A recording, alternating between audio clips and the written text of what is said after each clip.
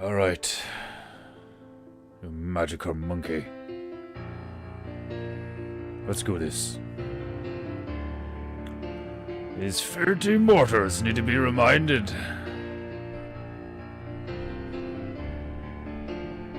The good, the true, and the beautiful.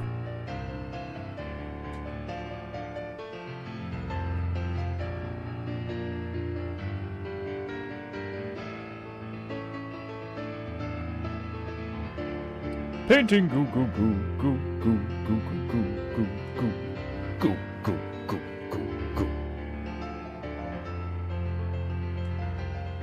Where's my sip sip? Painting goo goo goo goo goo goo goo goo goo goo. Painting goo goo goo. Painting goo goo goo. It's painting fucking goo. Let's painting goo. Painting goo. It's painting goo. What will we go? Nobody do what we go. Painting goo. Painting goo. Paint, rat, sip.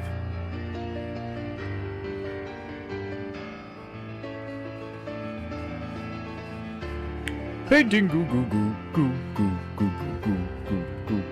Painting goo goo goo. Painting goo goo goo goo goo goo goo goo goo goo goo goo goo goo goo goo. My chi is beginning to fro. Painting goo goo goo. It's painting fucking goo. It's painting goo. Painting goo. It's painting goo. What will we go? Nobody do what we go. Painting goo. Painting goo. Sip, rant, goo.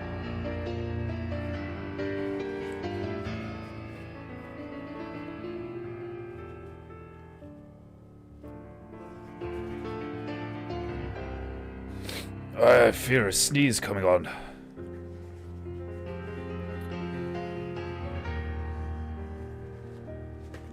Painting goo. Goo, goo, goo.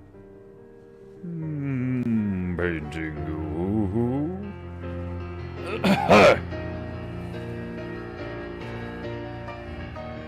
Painting goo goo goo goo goo goo goo goo goo goo. Oh! Painting goo. Oh, sumimasen. Painting goo. Painting goo.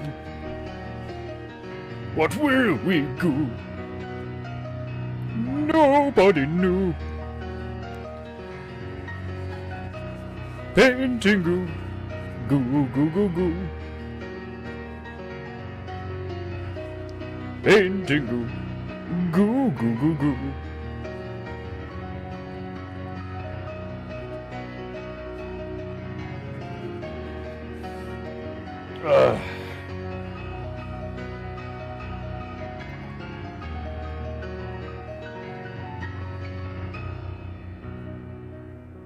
Painting goo. Painting goo. Painting goo.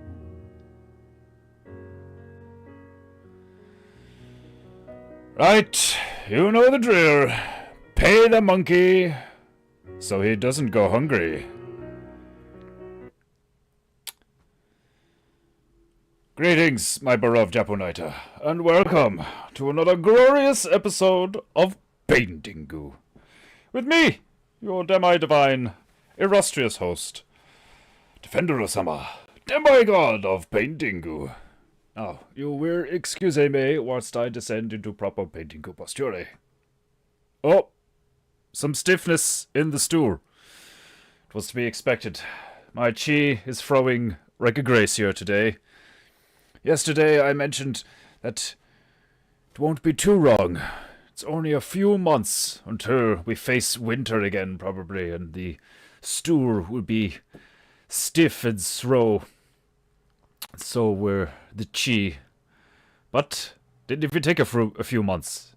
Just took one night of poor sleep to engage my slow chi fro. You will probably notice that my energy is very low today. I am feeling underslept and a tad melancholy. And I had a zit this morning on my nose. A gnarly one. Like a gnarly zit. You know when you just get a random zit and it's a gnarly fucker? You look it in the mirror and you're like, Jesus Christ! I am a rapper.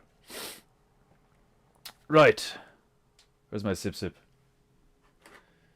We return to Kazakhstan, where a beast of sorts, I'm not going to call it a squid or an octopus or some form of minor kraken, has emerged from this beautiful lake and is going to be assaulting Tinkerbell as she sharpens an axe on a grindstone. You will not find that kind of random shit anywhere else in the realm. Indeed, on PEINTEINGU, you have never watched paint dry like this before. So if you have any honor in your feeble mortal shell, you will pay for PEINTEINGU, mortal scum. Right. Today's tunes, I do believe, will be of the wub variety, as I place my royal rag on my demi-divine knee in preparation for the goo and engage the tunes. Let me see.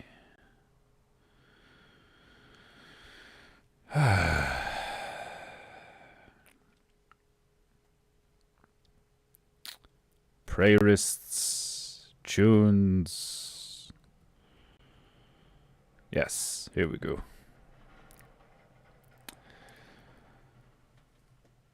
Margio-sama, TJWK Irondu, welcome, and Pruno-sama, welcome to another glorious episode of PEINTEINGU.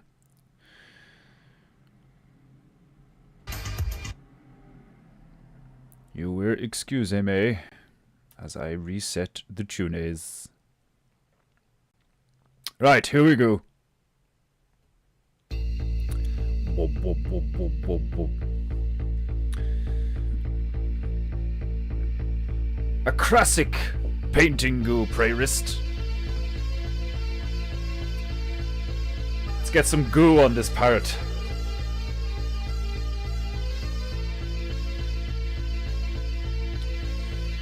You fix the foliage, the flora.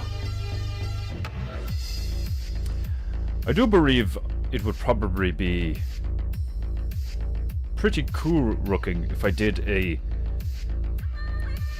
lot of different weaponry on some kind of rack here, as Tinkerbell sharpens her axe or sword or what have you. Actually, I was about to say that the first or second thing that came out of the Magic Hatu was wig. So we were going to put Tinkerbell in a wig, but I think it'd be kind of funny if we put a wig on the giant kraken looking thingy.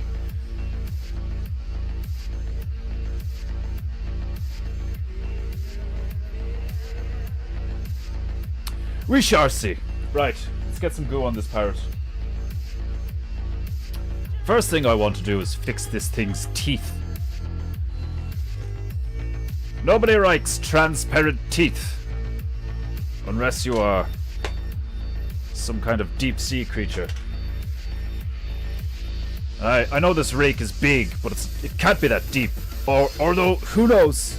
Who knows? Maybe there is some kind of underground tunnel connecting this rake to... What's that abyss they threw Megatron's corpse in again? Can't remember. One of the deepest parts of the Ocean. I must shake the white.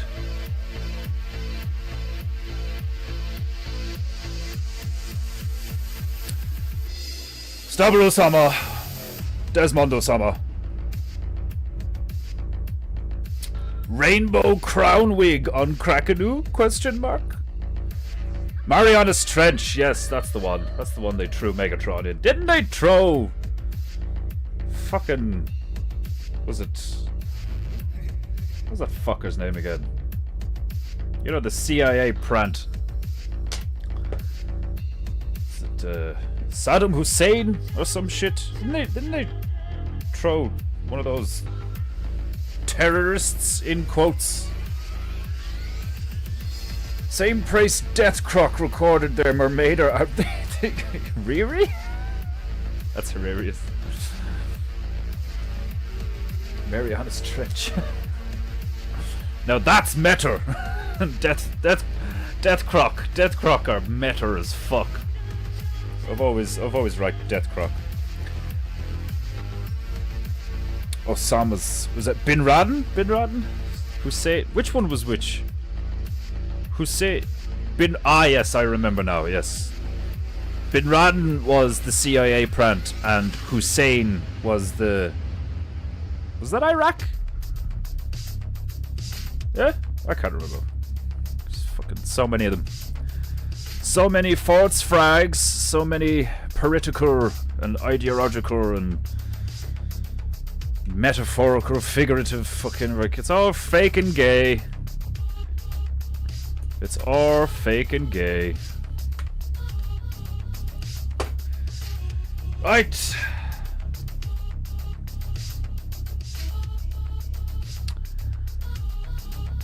Let's do some dental work on this Kraken here. Krakenite. Mini Kraken.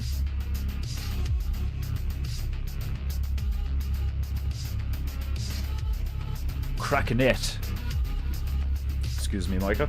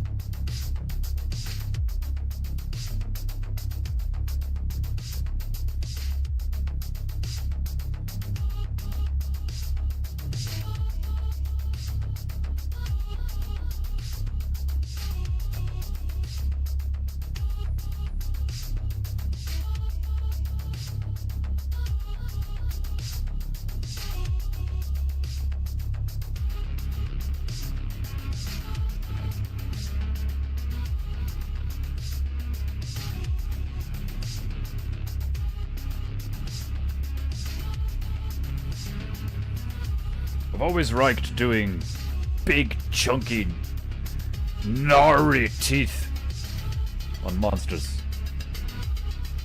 Angular.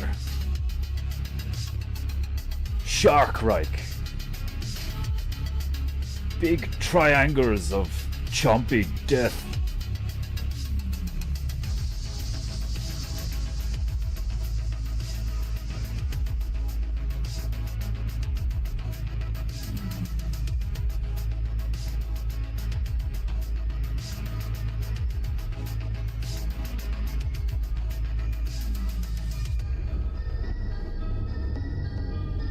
Painting goo goo goo goo goo goo goo goo.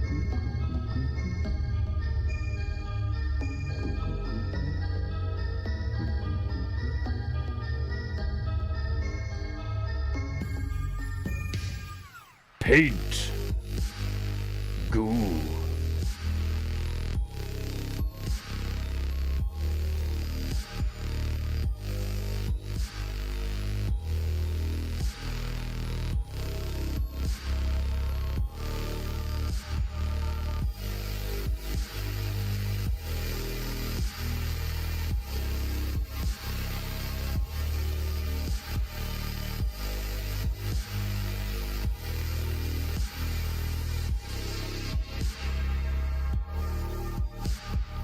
Painting goo goo goo goo goo goo goo.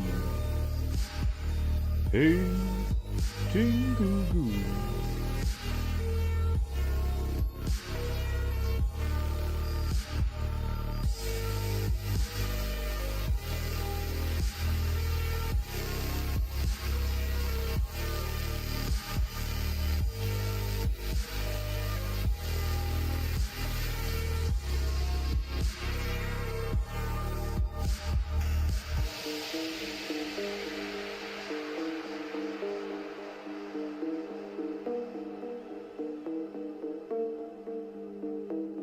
Painting goo goo goo goo. Painting goo goo goo goo.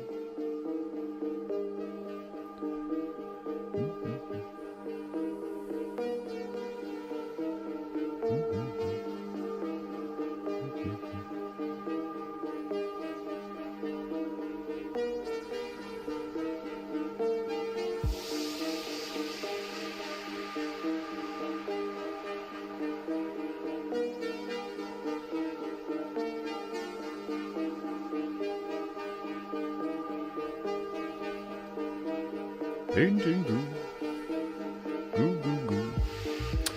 Ah, Griffo-sama! Bin Laden is probably back in Virginia with his family. Probably. Saddam didn't do nothing. Borat in this one? I suppose we could put Borat in here somewhere.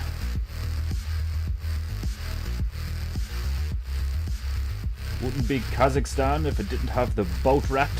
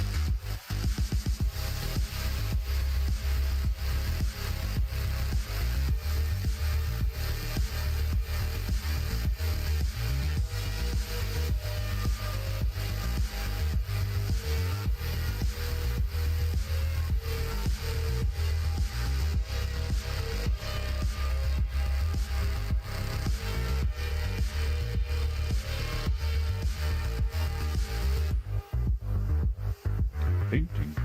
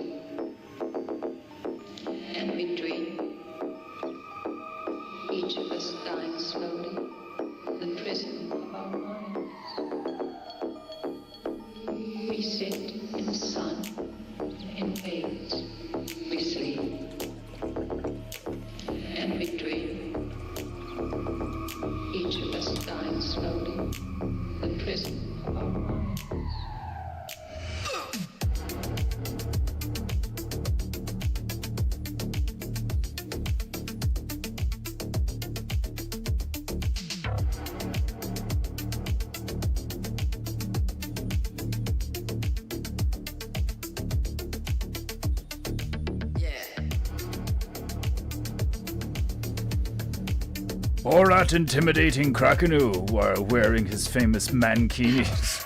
Ugh. I would not paint such a thing.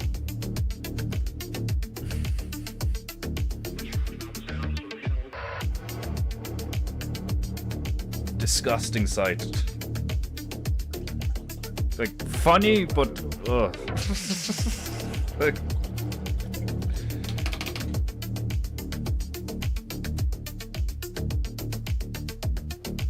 is it a new world, or will it consume us all?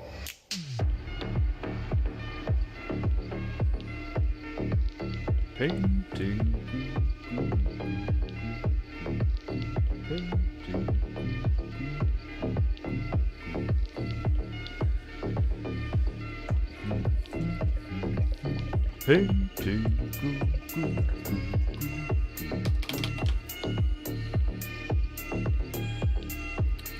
Right, let me see.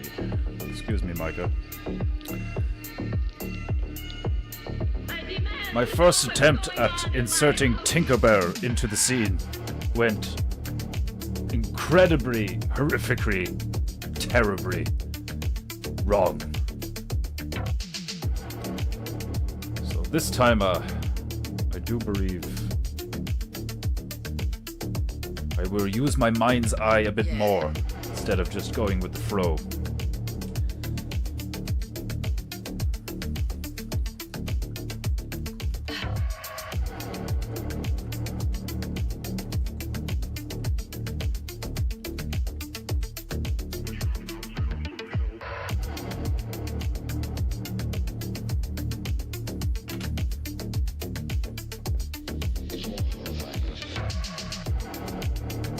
Whiter.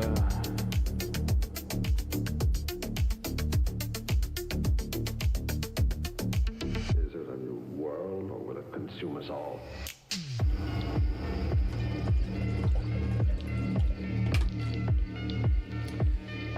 Get some black. Make some gray.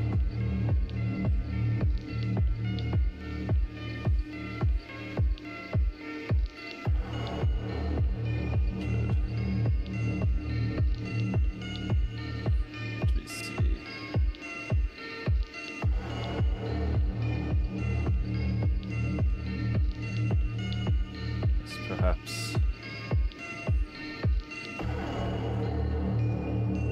We sit in the sun, in haze, we sleep, Like this. and we dream. Each of us dying slowly, the prison of our minds.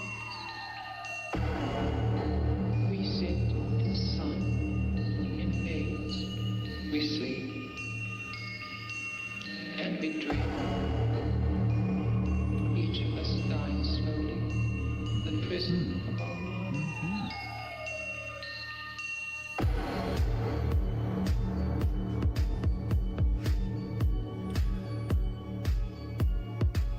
I know not why I'm finding it so difficult to praise things in this one. My chi is not flowing correctly these past few days. I have a lot on my mind.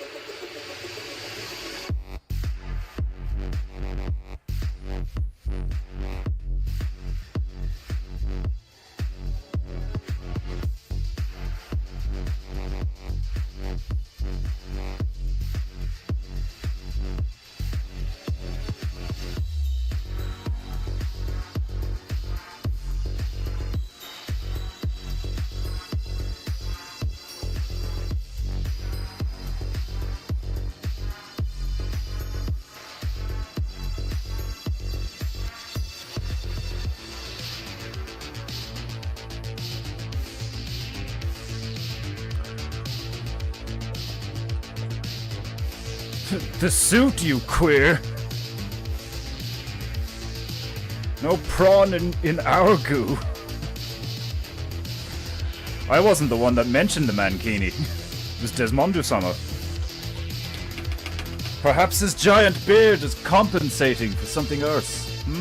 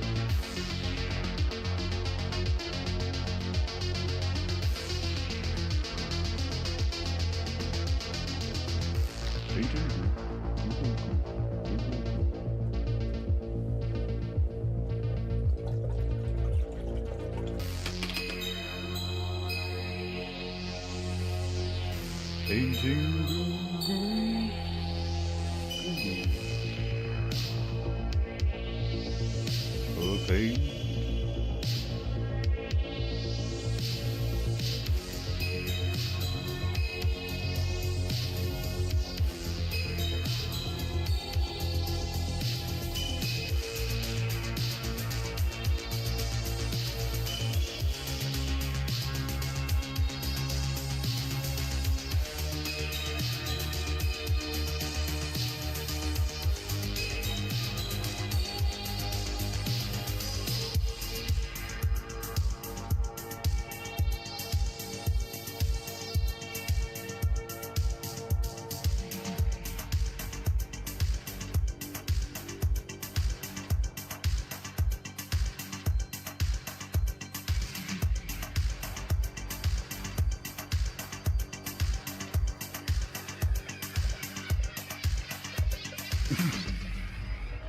We needn't pollute our eye horrors with such Jewish horrors.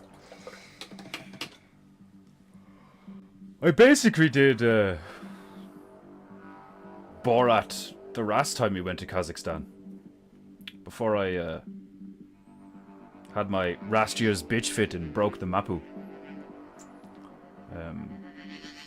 We went to Kazakhstan and I did Borat sitting in Rota's position with guitar rifle thingy. Gun guitar. Would be hilarious character in Final Fantasy.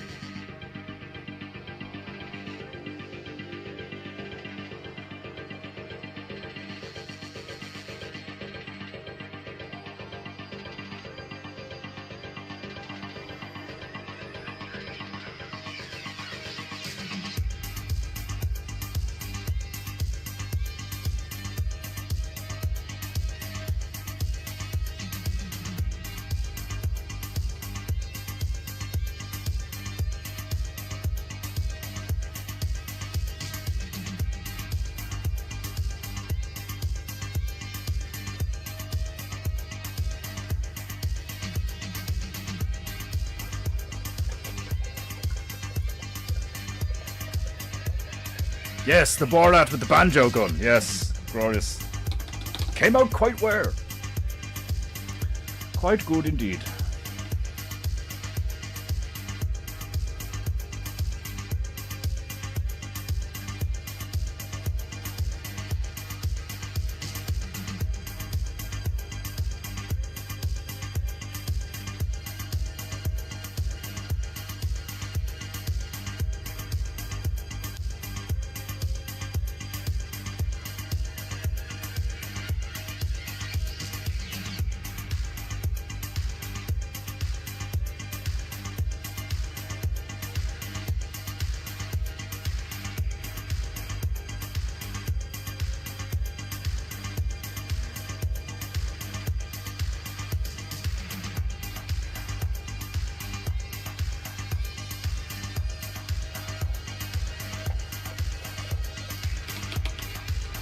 Right, now I need fresh cover.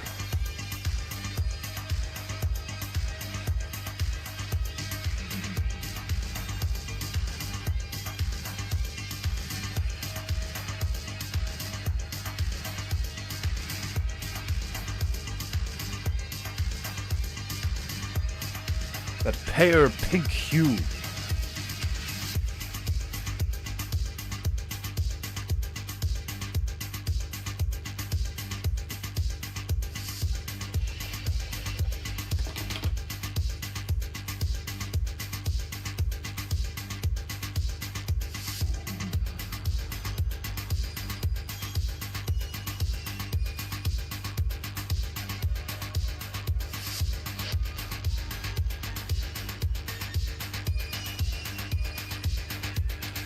It's not even pink. It's more like pear sand.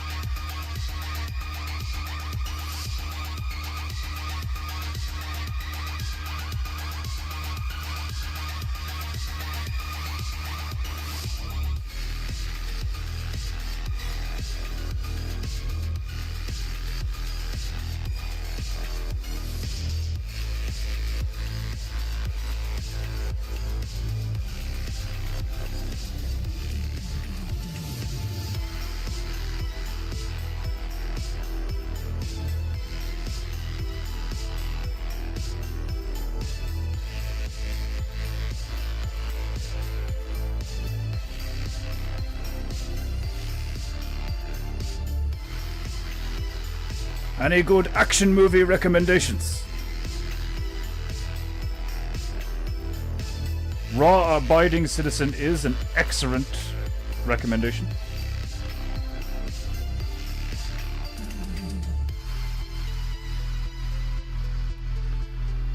What else?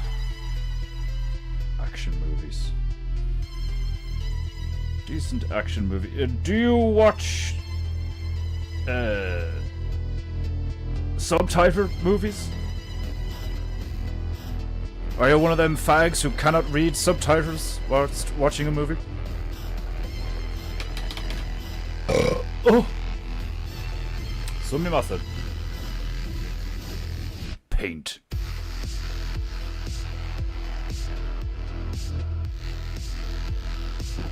The Raid and The Raid Redemption are my personal favorite action movies of the last nearly 10 years. Very few action movies. I'm probably a bit of a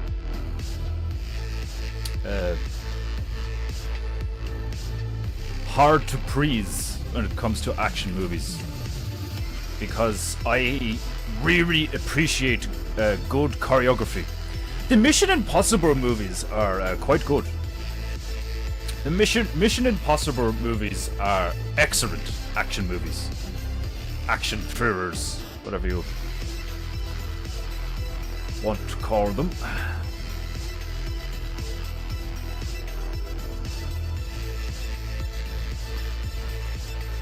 How bad is the recent Gladiator? I don't mind subtitles. Excellent. Well, if you can get your hands on The Raid or The Raid Redemption, they are excellent action movies. Very entertaining. Very realistic. Brutal. Very unique.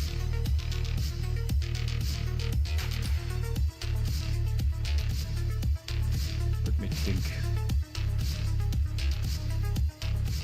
I do enjoy a good 90s or 80s flick. I recently watched... What was the name of that film? Was it Nemesis? Hilarious. Nemesis is hilarious.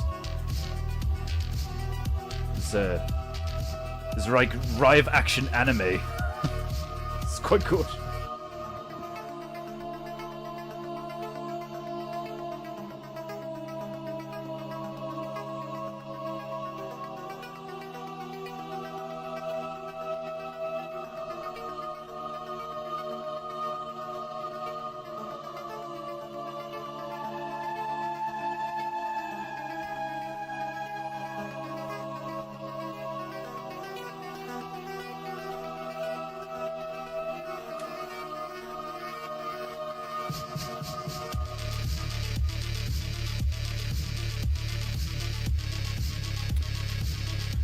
Hardcore Henry as the guy from District 9. Hardcore Henry. Is that the one that Daniel Radcliffe was in? Cannot remember. There's a film I have not seen where Daniel Radcliffe plays a man who has pistols surgically attached to his hands. I remember seeing the trailer and laughing heartily.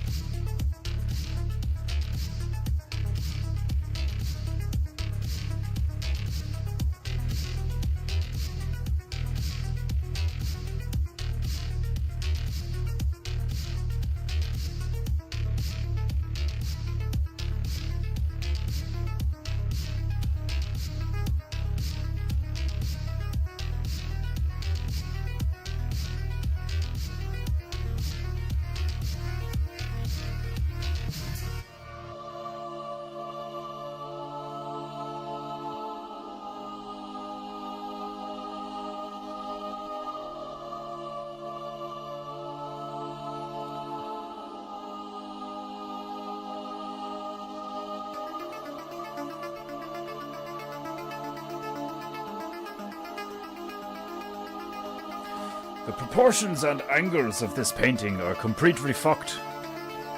Do I care? No. Guns Akimbo, that's what it's called. Mad name. Fitting. Yes, Raw Abiding Citizen is quite good. Very dark, but oddly cathartic.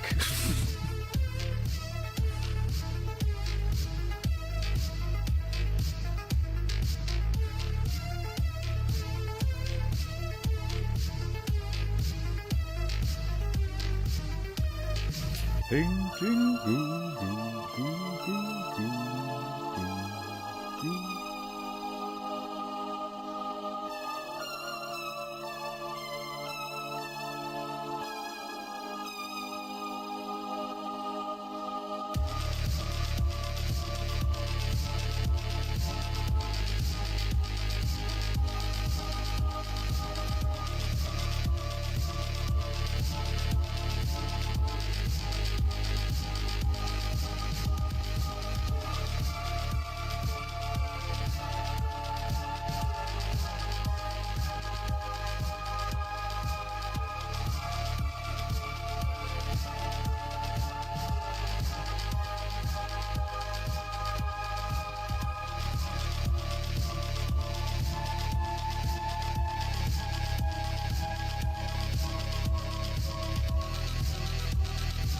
I should have put her standing revel with the grindstone, but I care not. Today is not the day for caring about things. Couldn't give a fuck.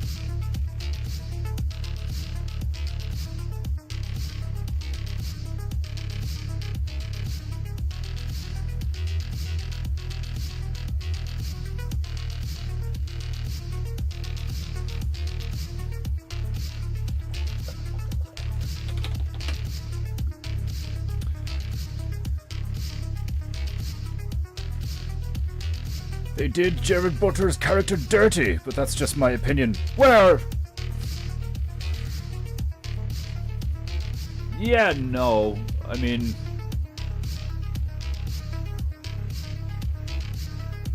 It is quite the philosophical movie. When the justice system doesn't represent or enforce justice, then should a man take justice into his own hands? This is a very difficult question to answer. It's very broad, vague, subjective, depending on the context of the situation.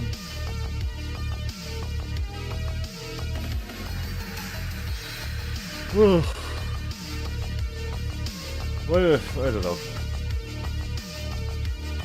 I mean, he did murder a lot of people that, like, didn't really deserve to be murdered. Like, the only one that deserved to be murdered violently and horrifically, like, if anything, was the two guys who actually commit the crime at the start. But he, like, goes on a rampage, like, you know what I mean? So, like, when you watch the film from an objective perspective, it's like, that's why I said it's like oddly cathartic, because what he's doing is psychopathic, but in an insane world, being a psychopath is quite sane. So for lots of reasons, that movie is, like, really cathartic, because so often we see a situation where some really, like, horrible shit goes down and, like, nothing happens. And even if it does happen, it happens, like, decades later, when nothing can really be done about it apart from a load of moral grandstanding and, like, Like, if you look at the P. Diddy situation, like, what good is actually going to come of him going to prison? You know? Like, allegedly, Justin Bieber was, like, you know, what would be the term? Subjected to, a train rape. Like, all that misery, all that trauma, whether it was consensual or not in the beginning, like, Jimmy, it's like, it's all done. It's all, you don't get justice years later. Do you know what I mean? There's no catharsis for anyone in a situation of, like, 10 or 15 years later, like, you know, or even maybe like 5 years later, depending on the thing. It's like, oh well, we got him and he's in prison now. It's like, so it doesn't provide any, like, closure. That doesn't provide any justice. That doesn't provide any, like, you know, balancing of the scales. Like, do you know what I mean? It's like, there should be, like, people used to do stuff and they used to, like, lose a limb or lose their life, or, like, that's how they still do it in the desert. Like, do you know what I mean? Like, what did this guy do? Oh, he fucked with a load of kids. Alright, put a bullet in the back of his head. At least then you can be like, yeah, well, he's dead now. Like, we killed him. Like, he... And yeah, I know, like, there'd be the people, usually Christians, who are like, oh, death is too easy. Death is too...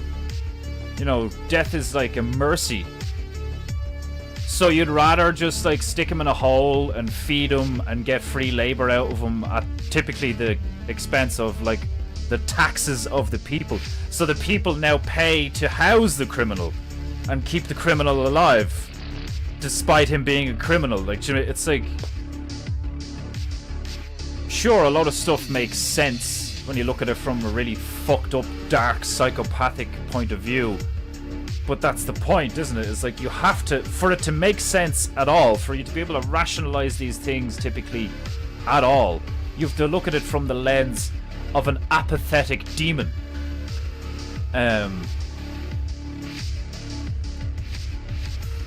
Things shouldn't be the way they are or have been for all sorts of reasons. But most people don't give a fuck. Most people are weak and stupid. Most people choose to be lazy. Most people choose to be greedy. Most people choose to be like big babies, you know? And it's the rest of us that have to pick up the slack, which is what makes people like me bitter. It's because, well, why do I have to have a stressful existence because other people suck? And typically the only way around that kind of problem is you just have to embrace it and accept the grind, and, like, try and alchemize your frustration and anger into some sort of, like, you know, fucked up motivation, you know, which typically borders on murderous and vengeance, where it's like, okay, well, if I'm gonna use it as a motivation, why shouldn't I be motivated to, like, fucking kill them all? Like, do you know what I mean? But, like, you can't kill weakness, you can't kill stupidity, you can't kill ignorance, you can't kill willful ignorance, you can't kill like pettiness, greed. Did I already say greed? I can't remember. Like, it is a sad state of affairs when, like, something horrible happens to good people and, like, typically nothing really happens. Like, do you know what I mean? It's like, I think it's one of the reasons comedy is so important. It's like, you can choose to laugh about it, which after a certain amount of time is usually easier or whatever, like, but, like, it's like, really is like the comedy and tragedy of life is something negative happens and it's like, well, where's the justice? It's like, I mean, like, if you want to get really real about it, there is no justice. There's no such thing as justice. Justice is a construct that we have created in some kind of vain attempt to make up for the fact that shit stuff happens. You know? It's like that line from Predator 2 is like, I'll tell you what I believe. Shit happens. Like, the dude sitting in the limo with King Willie, like, it's one of the most true things I've ever heard, like, you know? What do you believe? Well, I believe in good and evil. I believe in this, I believe in that. It's like, the only real hardcore evidence you have is that shit happens. That's it. Stuff happens. Different stuff happens depending on the motivation or the inclination of the people doing the stuff. Just like a gun or AI or a hammer or a paintbrush. You know? I could paint an insulting image of the Prophet Muhammad and potentially get myself killed. Or I could paint something funny and make somebody laugh. If I had a knife, I could prepare dinner, or I could kill my neighbor. Like, the list goes on, you know? And then it's like, so what are we gonna do with all these horrible people that do horrible things? Well, if you want some kind of final consequence, I would suggest going back to hanging them. Yeah, but that doesn't deter people from doing horrible things. It's like, who's talking about deterrence? I'm talking about justice. He did that, so he gets hung. Yeah, but what about the next guy that does something horrible? I'll hang him too. Would be my solution.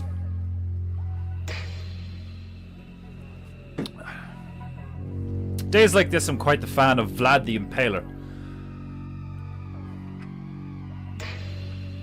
Chin nuts. Is that a Men in Black reference, Griffin? Hi, Emmanuel. Welcome. Are you where?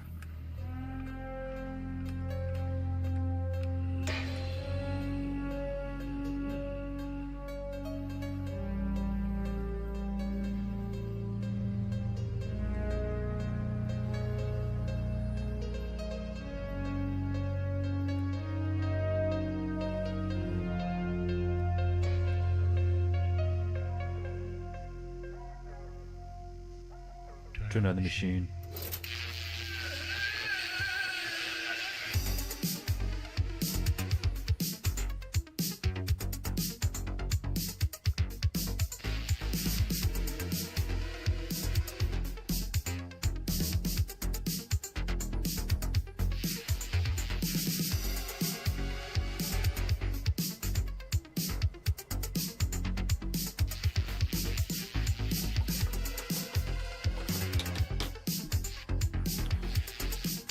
Blue in this bitch.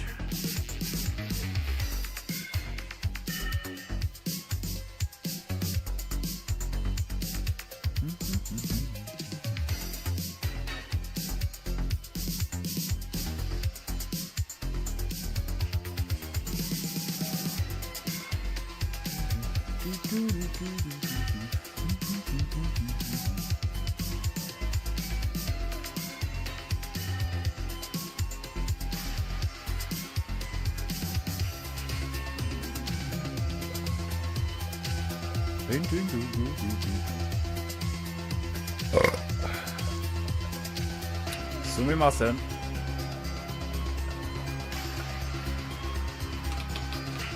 Make gibbeting great again. What was the gibbet? I know the word, but I can't remember what the actual thing was.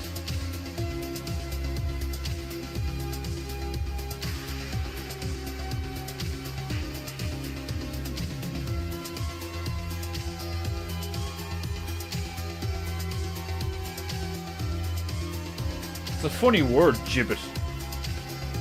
Kind of sounds like it would be a small furry animal, like a gerbil or something like.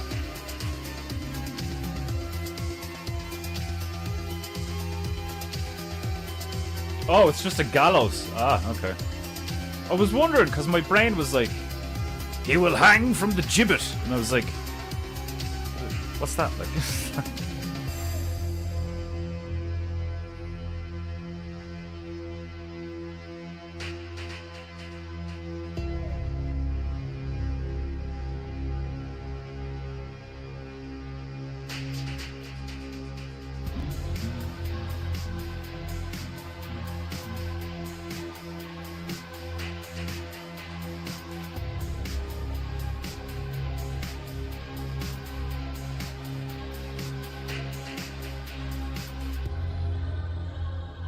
Painting.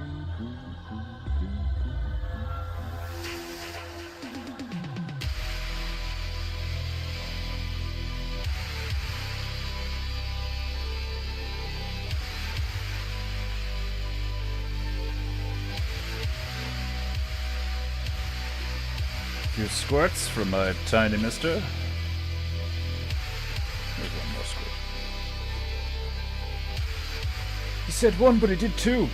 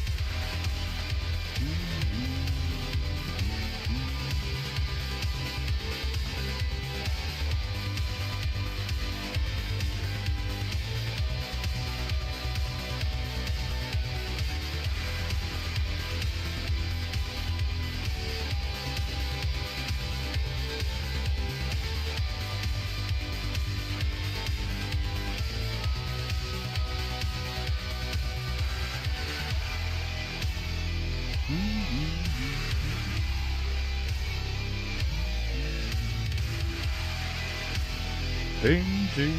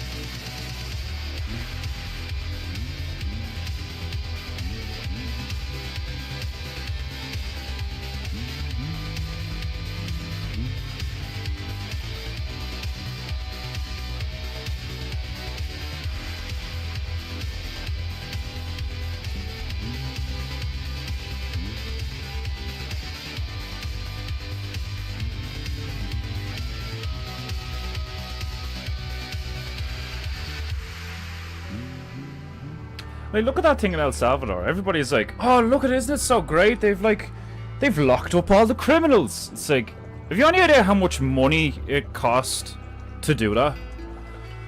How many, like, resources and manpower and, like, labor and shit and, like, probably taxpayers' money from, like, El Salvadorians or whatever the fuck they're called. To, like, you're basically taking resources, time, money, and like, I know you can make the argument that it's like, yeah, but it's good for like electricians and builders and metal forgers and all this stuff to have, like, you know, like, I'm sure that made a lot of people a lot of money. Yeah, but like, is it really like? Can you really say it's like a morally superior thing to be like, oh, we're just gonna make a massive cage and put all the animalistic people in this massive cage? That doesn't solve the problem. Like, do you know what I mean? I think, yeah, sure, you can make the argument that like hanging them and killing them in war and all this like doesn't solve problems, but like even war does solve some problems. Like when you get past the propaganda that we were raised with, where it's like, die for your country, patriot. And like, sure, if somebody's attacking you, that's true. But you're not really a patriot if you're leaving your country to go fuck somebody up. So like, the idea of like modern warfare and modern criminal justice systems and it's the same with everything. It's the same with films, drugs, like, you know, the war on drugs and all this shit. It's like, on the one hand, you have people that have no impulse control. They're basically vessels for demons. But then on the other hand, you have an entire industry that benefits from those kind of people existing. So like, is it a chicken and the egg thing? Or is it like, can you actually get to the root where it's like, no, the only reason people like that exist in the numbers that they exist in now is because the system actually, like, not the system, forget the system, our society at large encourages degeneracy, encourages hive mind thinking, encourages apathy, it encourages greed and all of these things. So that's why there's so many people that are that fucked up, because you have all the people who notice it and then can't handle it, and then their mind breaks and then they end up depressed permanently or insane or like, you know, on drugs or whatever.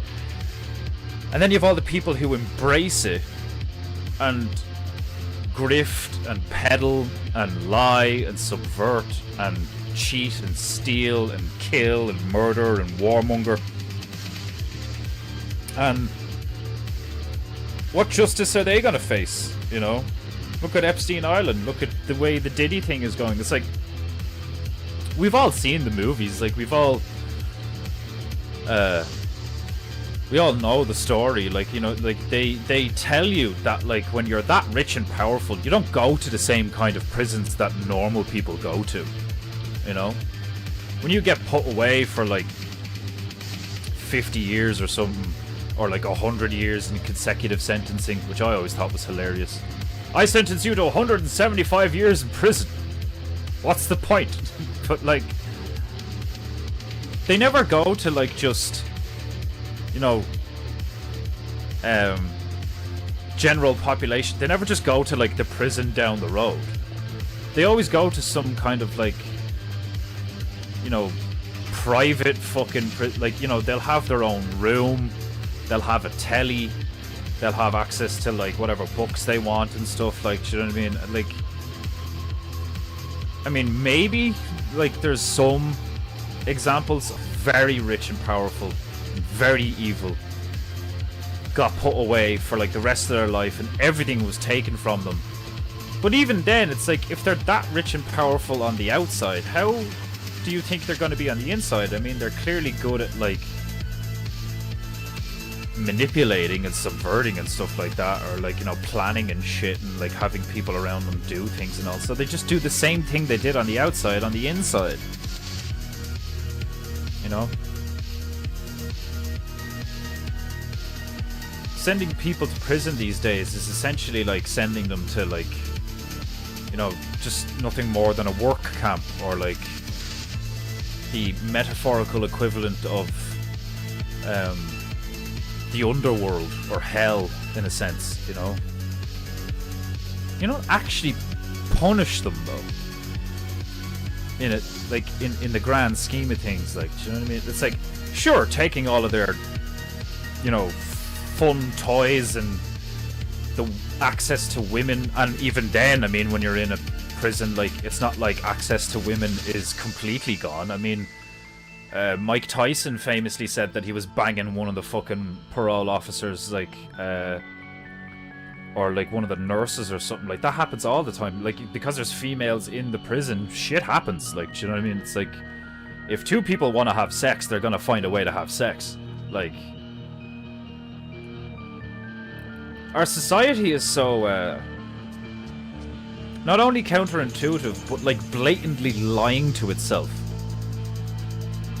Just full of hypocrites, liars, and grifters to the point where, like, you could just scream at, like that's one of the, it's one of the things I find very cathartic about watching Owen's stream over the last couple of years, is he, like, got through it and got to the stage where he was like, oh, so most of you don't give a fuck? Alright, fine then, you know, whatever.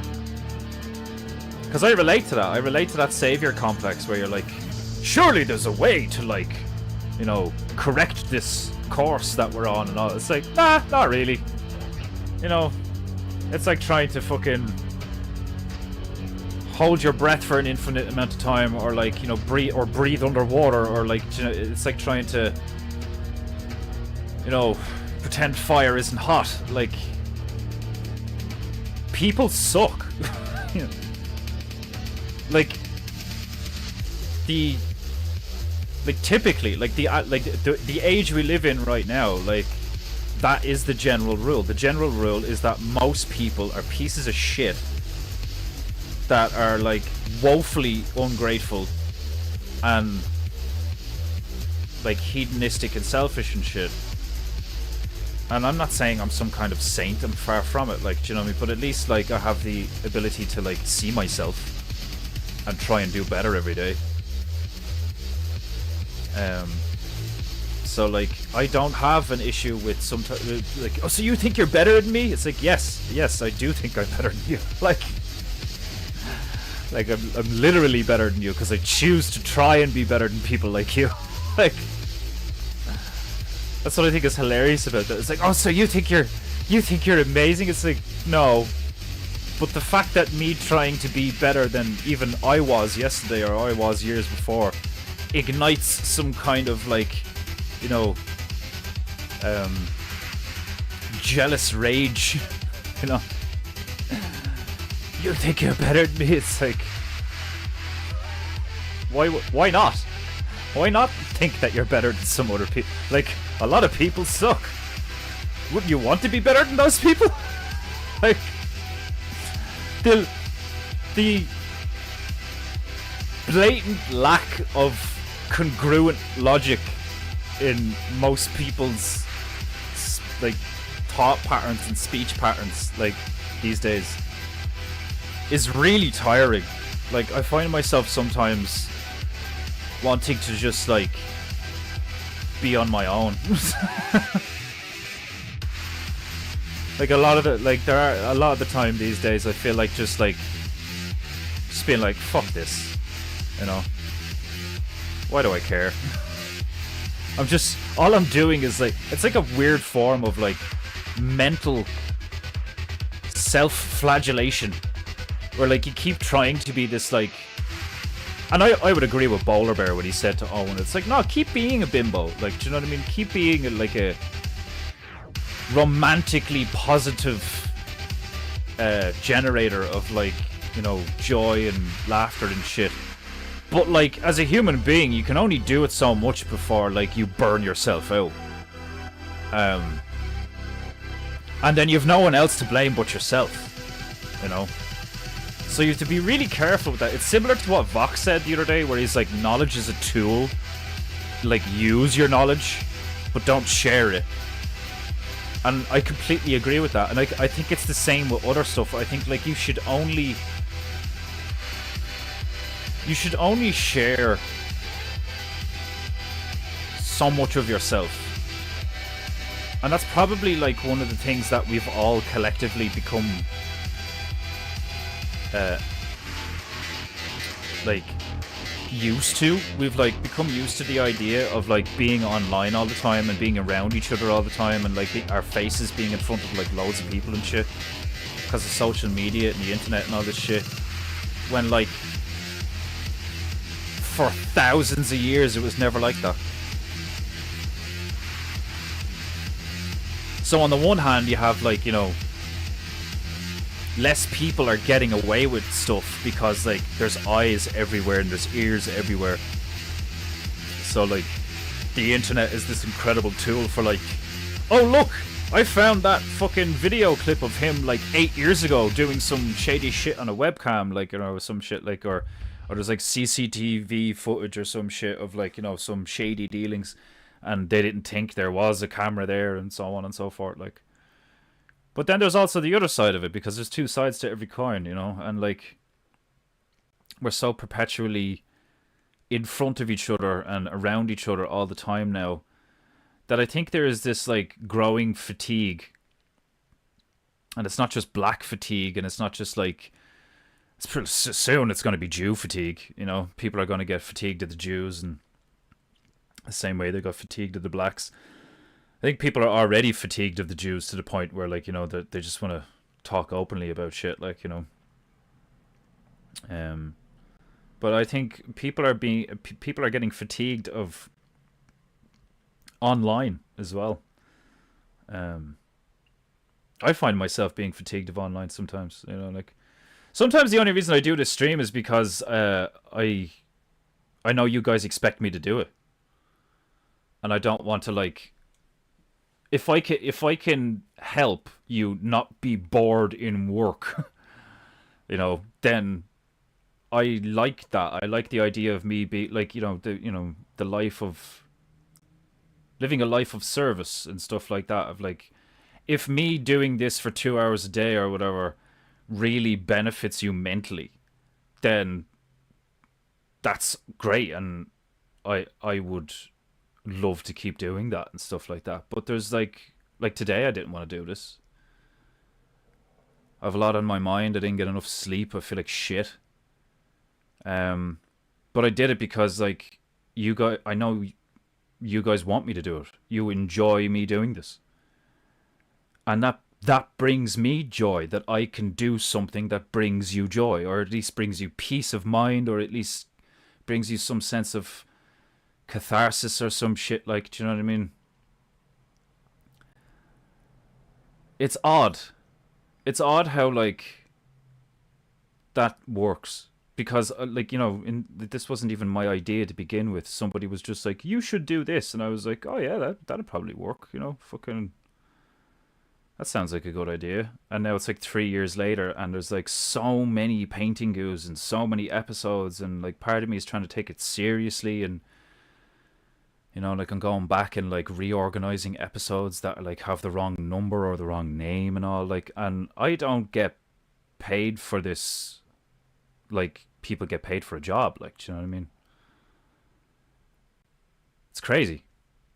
It's crazy how people like us in, like, this community and other communities similar to the Bears are experiencing this grand renaissance of, like, why we do things, you know, and, like, money isn't, like, that big of a factor anymore, where it's like, yeah, sure, I mean, like, who wouldn't want a fucking yacht that you could, like, just sail to a tropical island and hang around for a while and take pictures of sharks and stuff?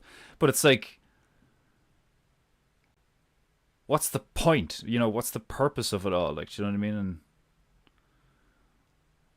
I think, like, making people laugh is, like, one of the, I think that's like, that has always been incredibly addictive for me. And I do it all the time. I don't just do it on this stream. When I'm in that creative places thing around the corner with those people, you know, most of whom are, like, really nice, you know. It's mainly women, which isn't a surprise these days. But, like, there's a few guys there, but I've always had that ability to, like, make pretty much the whole room laugh with, like, a passing comment, or, like, taking the piss out of something. And I've never considered myself a comedian because I don't tell jokes. Do you know what I mean? But maybe I'm a fool for thinking that. Like, maybe I am, like, my archetype is, like, I am a comedian, but I just don't write jokes. because like I make people laugh all the time, and people really like me. They like my company. They like the way I think. And I think that's actually what brings me like real satisfaction in life, is like making somebody laugh, even if it's just like for like 3 seconds. And I don't know why. Like, it's fun. I suppose it's a good thing, you know, morally or whatever.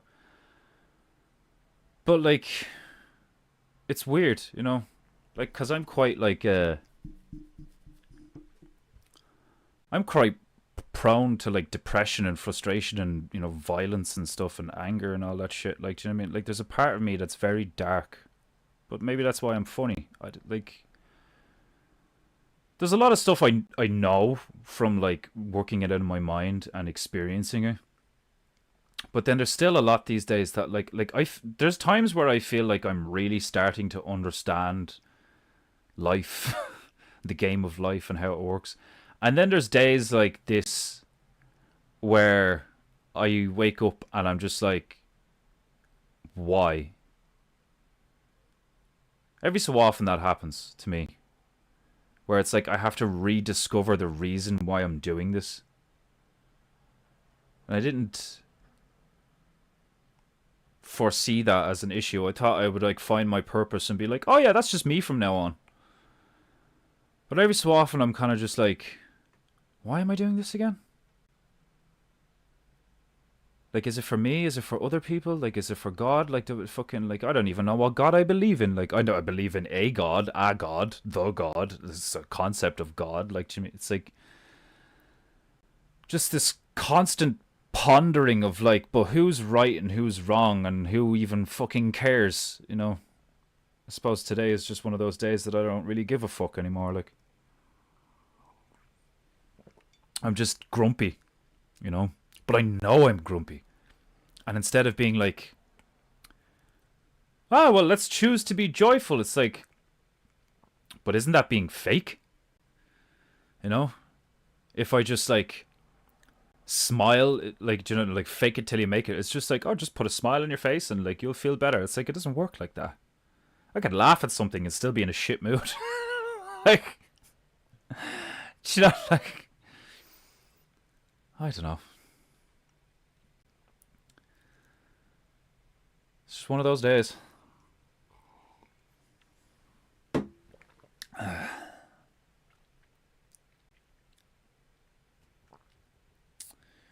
What's next on the agenda?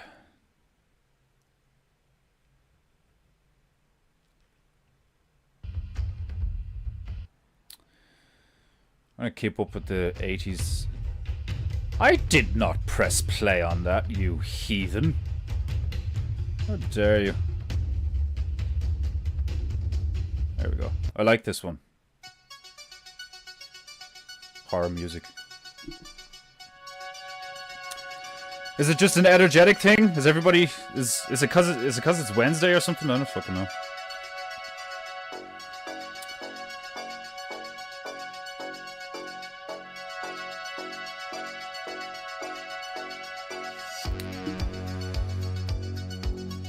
When the man hanged for public defecation lets out a farewell gaseous emission, that truly is gallows humor.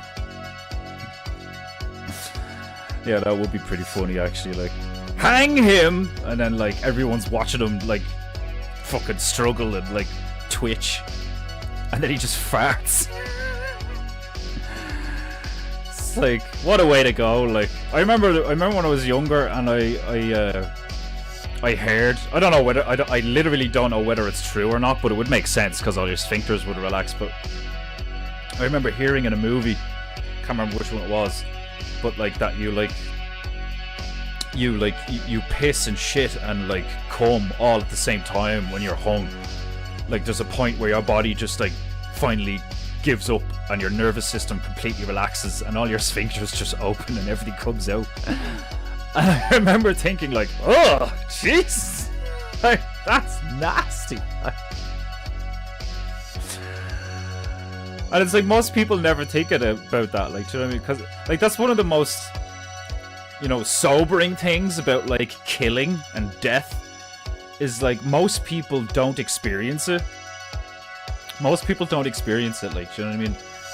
Like, I find it incredibly sobering when I find like a dead bird or a fucking shrew or a field mouse or something, or a rat or a crow, or like, you know, like something fairly small, like that you could like fit in the palm of your hand, and that is usually quite alive, and now it's just inert and its like guts are like spilled out on the ground, like, and I'd look at it and I'd be like,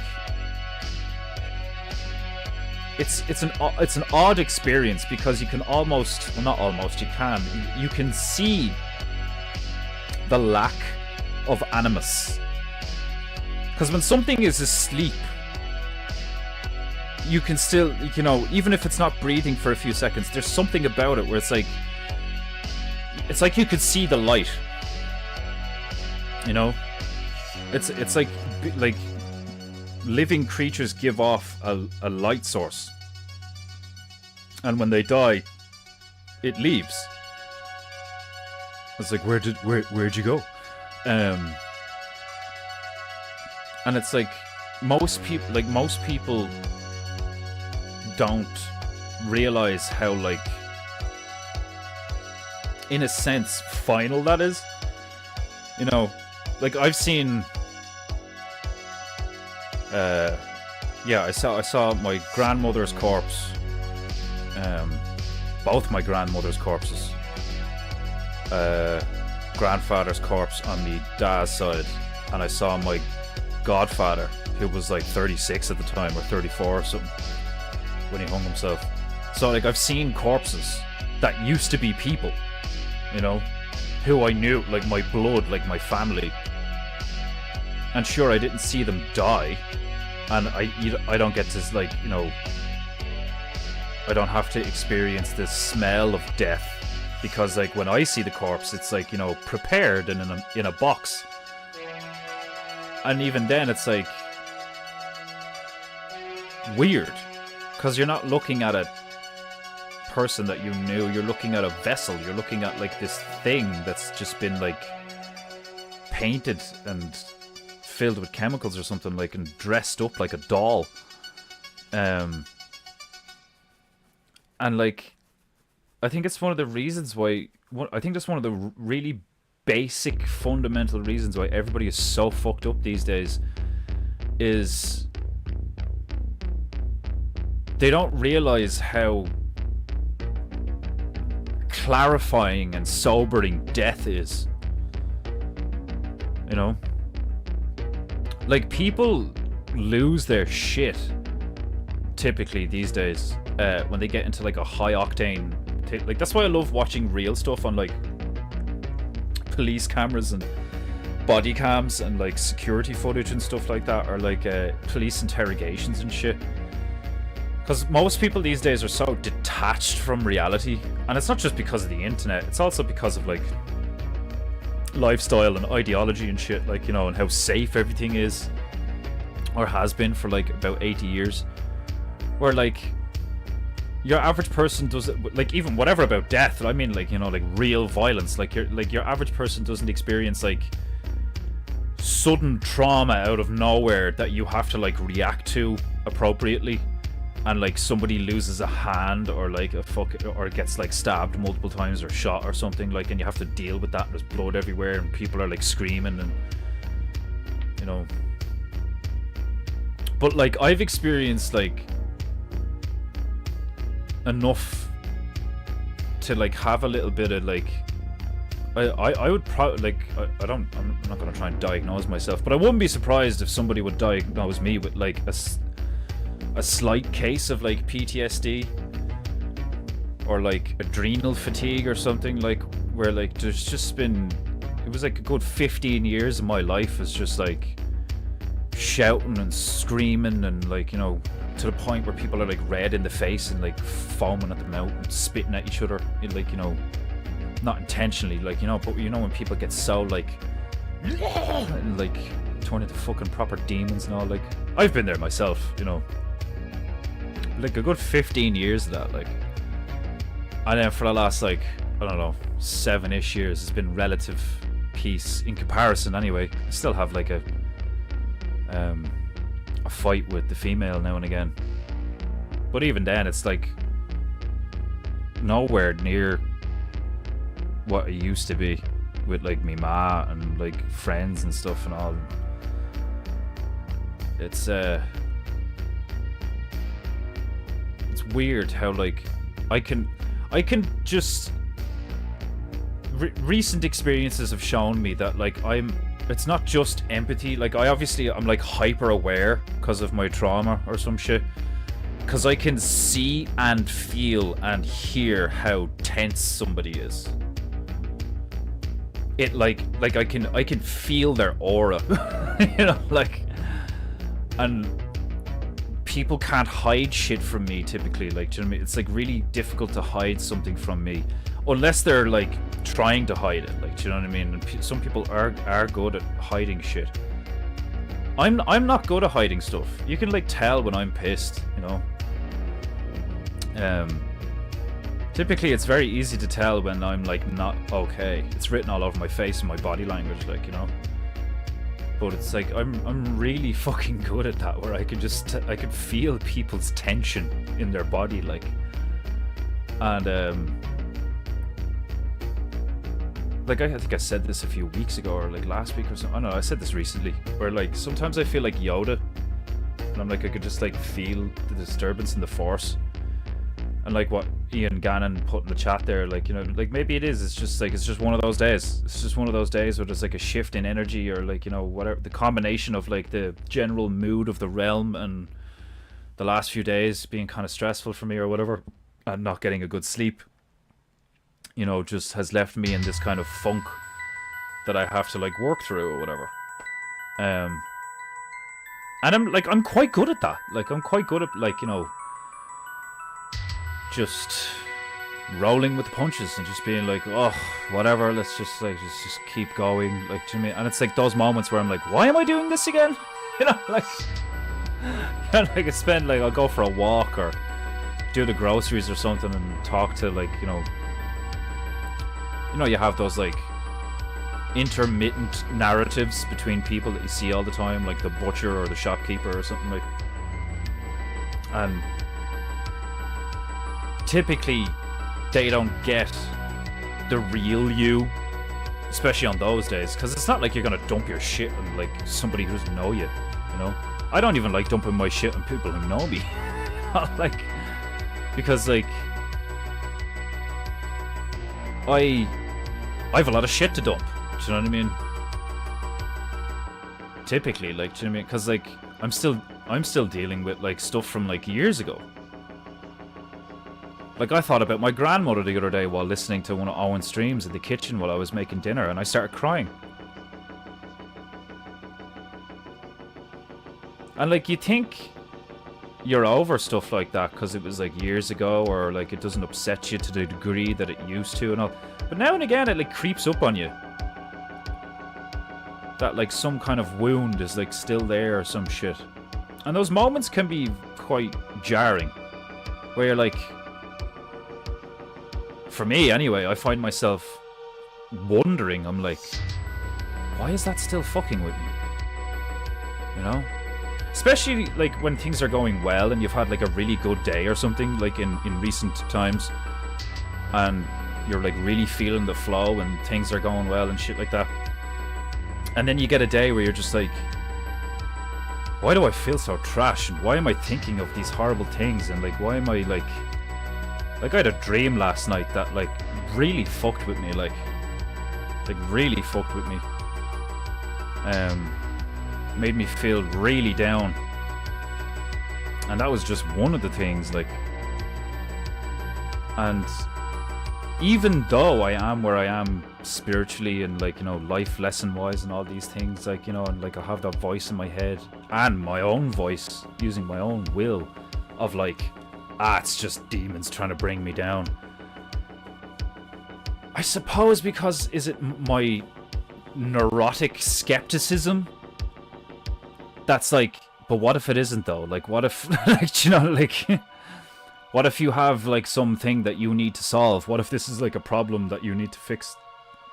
You know, can you seriously just brush it off as like, it's just demons trying to make me feel shit? What if it's not? What if it's an angel trying to teach you a lesson?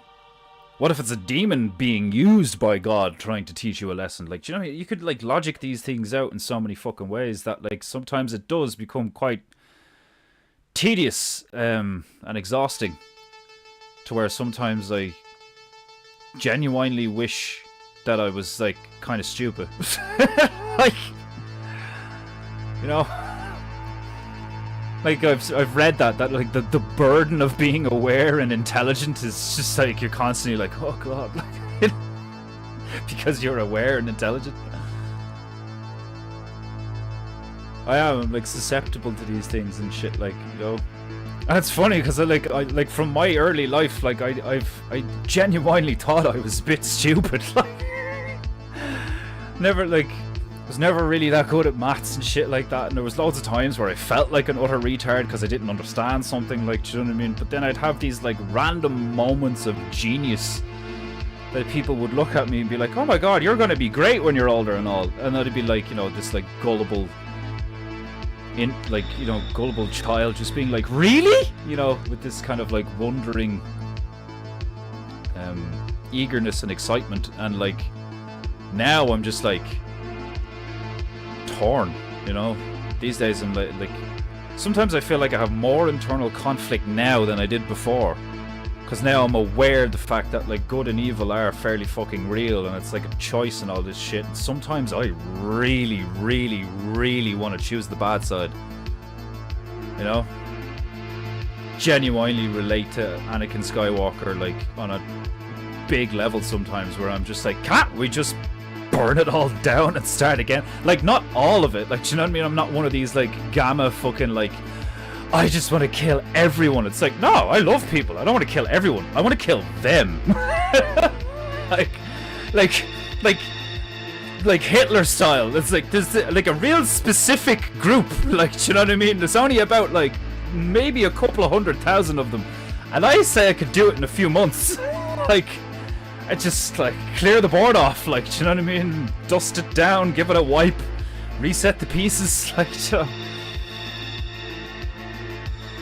Because sometimes it feels like things have gone so far and there's been so much change and so much reiteration and so much like, again, are you serious? Like, just this like this repetition, like, do you know what I mean? And on the one hand, repetition is really cool because of patterns and stuff, but then on the other hand, repetition is like mind-numbingly destructive to the point where it, like Groundhog Day, like, do you know what I mean? Where you're just like, like, will this never end? Like, and again, it's like I said earlier on, it's like it's about perspective. It's like you could be like desperately and in a melancholy fashion be like, oh, will this never end? But then depending on how you look at it, you could embrace it and be like, I hope this never ends. like it's weird. It really, like, I suppose at least now I have the ability to like do what I'm doing right now, where like I fucking like I can like I'm almost my own counselor. Like, I've been to counselors, I've been to psychiatrists and stuff like that because of, like, you know, my parents got divorced and I had issues and all this shit, used to self-harm, suicidal thoughts and blah blah, like, and like one time it really did work for me, when I was pondering suicide, it really worked for me. The other times not so much, because they were always just trying to tell me, like, you know, like they were more like psychiatrists, whereas like a counselor just kind of, it's like, so what's up, and they just like let you go and you like talk yourself out of it, you know. And from what I've seen on that guy, you know, Dr. Todd Grande, it's like that's why he, it's like you're not supposed, as the counselor or as the psychiatrist, you're not supposed to fix the problem. The answers to these questions, these solutions to these problems are within the person, and they need to find them themselves, like, you know. And days like this, that's what, like, that's what I find myself asking myself. It's like, why am I doing this again? Where's, like, I'm like trying to find my motivation. I'm trying to find my spark, find my, like, because I can't see it or feel it right now. I'm like lost in the mire of like negativity or some shit. Like, but even then, where before I would, like, you know, want to end it, or like, you know, you contemplate ending it or something. Now I find myself just being like questioning, which is like, it's a far superior state to be in, where you're just like, you're just asking why. And as long as you keep asking why, I mean, like I understand why some people can find that, like, frustrating. You know, it's like a child, like, why? Cause this. Why? Cause this. Why? Cause this. Why? Oh my god, shut up! It's like, there's a reason the Bible says be like children. Like, you're supposed to ask why. You're supposed to know why. You're supposed to, like, why everything, you know? I like, why is like the best question, you know? It like, it's the most important question is why, you know? And I think people who are like, the kind of people who get angry at why being asked are the kind of people who don't know why. Like, you know? Like, if you're like, yeah, but why though? And they're like, I don't know! And you're like, alright, relax. All I was asking is why. Like, you know, it's like, it's not my fault you don't know. Like,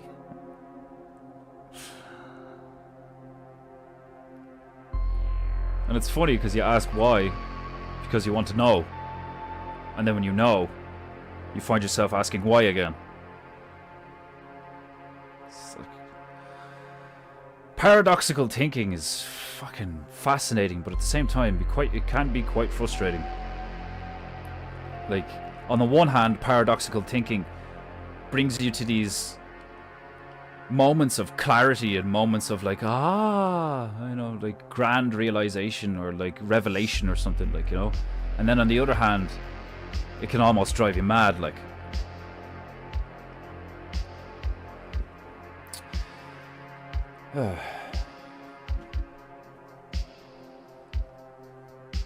Like the opening to Pirates of the Caribbean, pirates gibbeted with the sign saying "Dead men tell no tales" or "Pirates ye be warned." Yeah, and fucking Jack Sparrow like takes his hat off and salutes them. It's hilarious. And like, it is a deterrent. Like, do you know what I mean? Like, if you go into a place, like, that's why the cartel do what they do. It's like, you know, if you do if you do this here and we catch you, we'll kill you.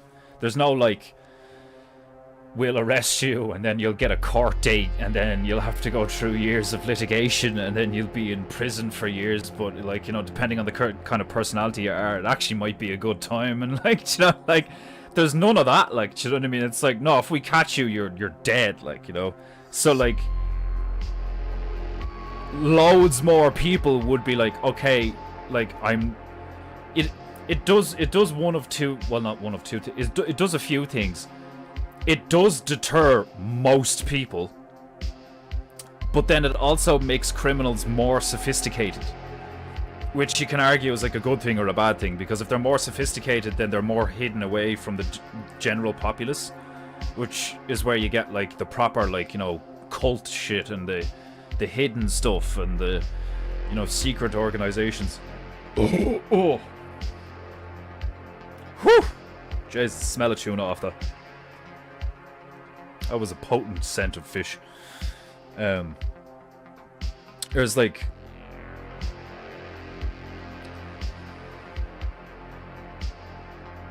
there is a funny side to that, like, you know, where it's like, you catch somebody doing something that like everybody has agreed like should be illegal or whatever, and then you hang the fucker, and then other people who plan on doing something similar are like, okay, I'm gonna need to be a lot more intelligent if I don't want to get hanged.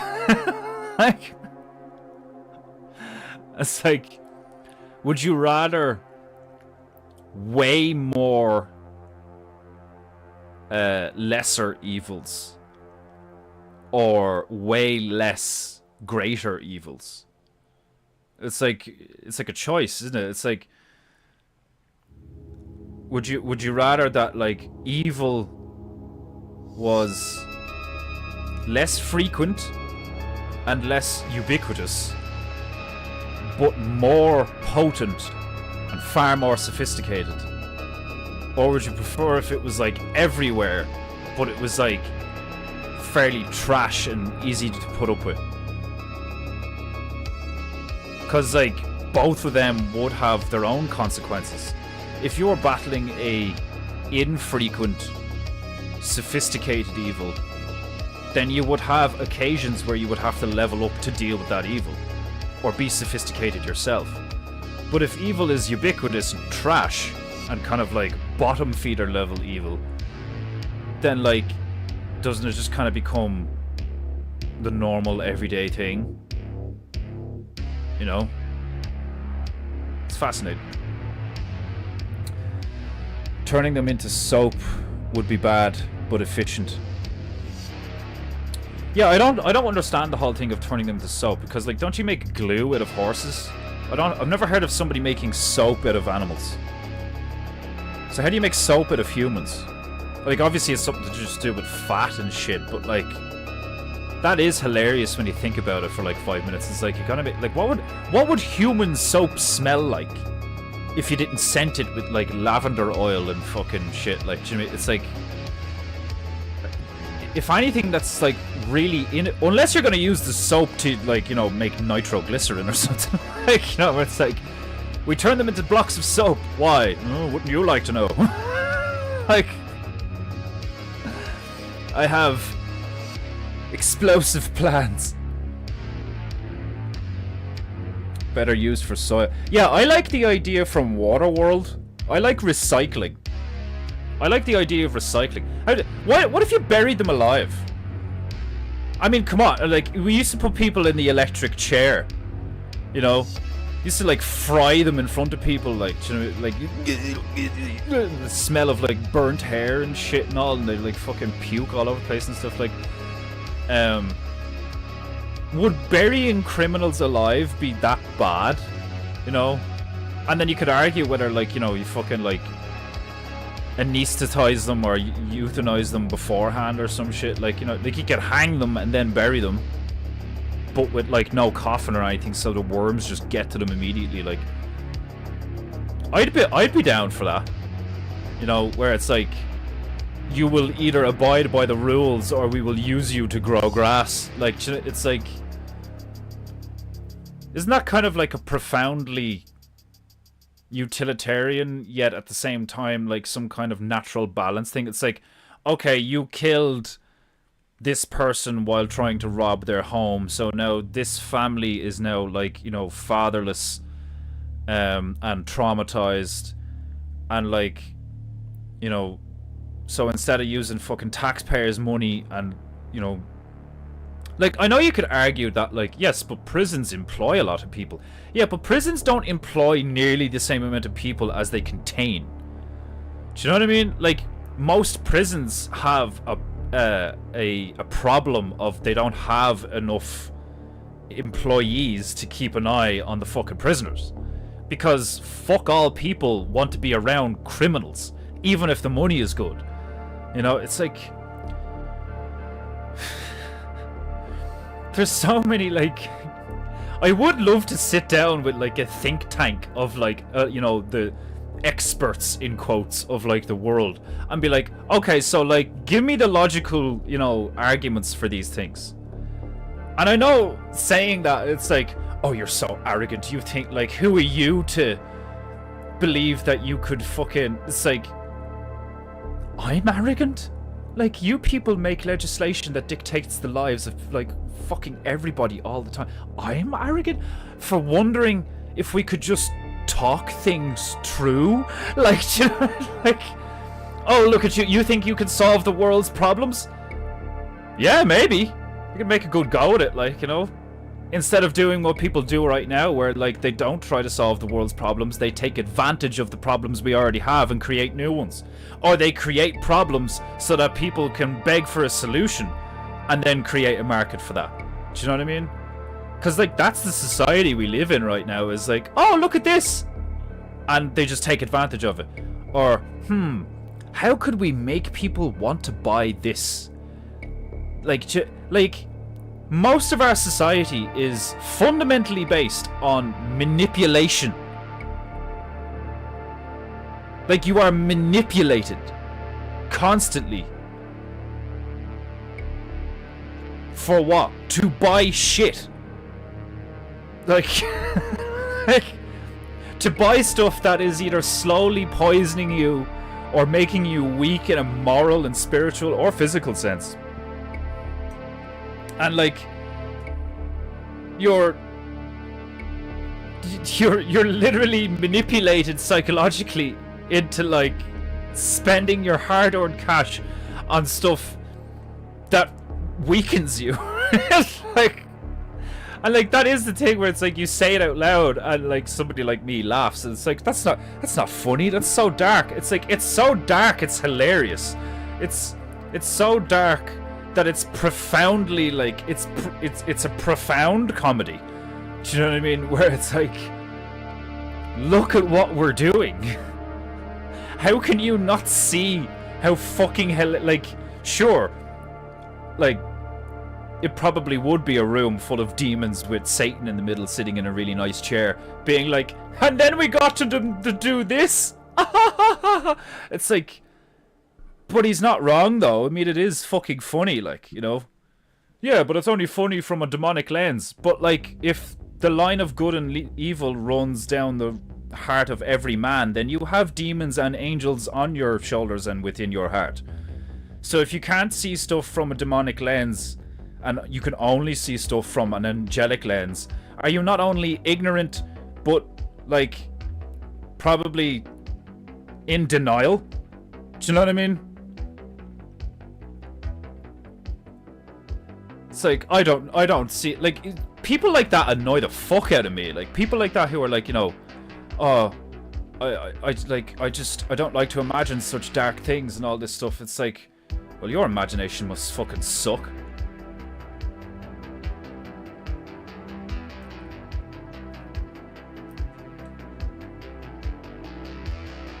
You judging me, were you?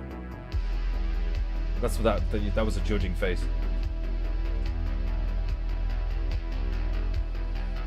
To answer your question, yeah, I'll take more coffee. You judgmental bitch.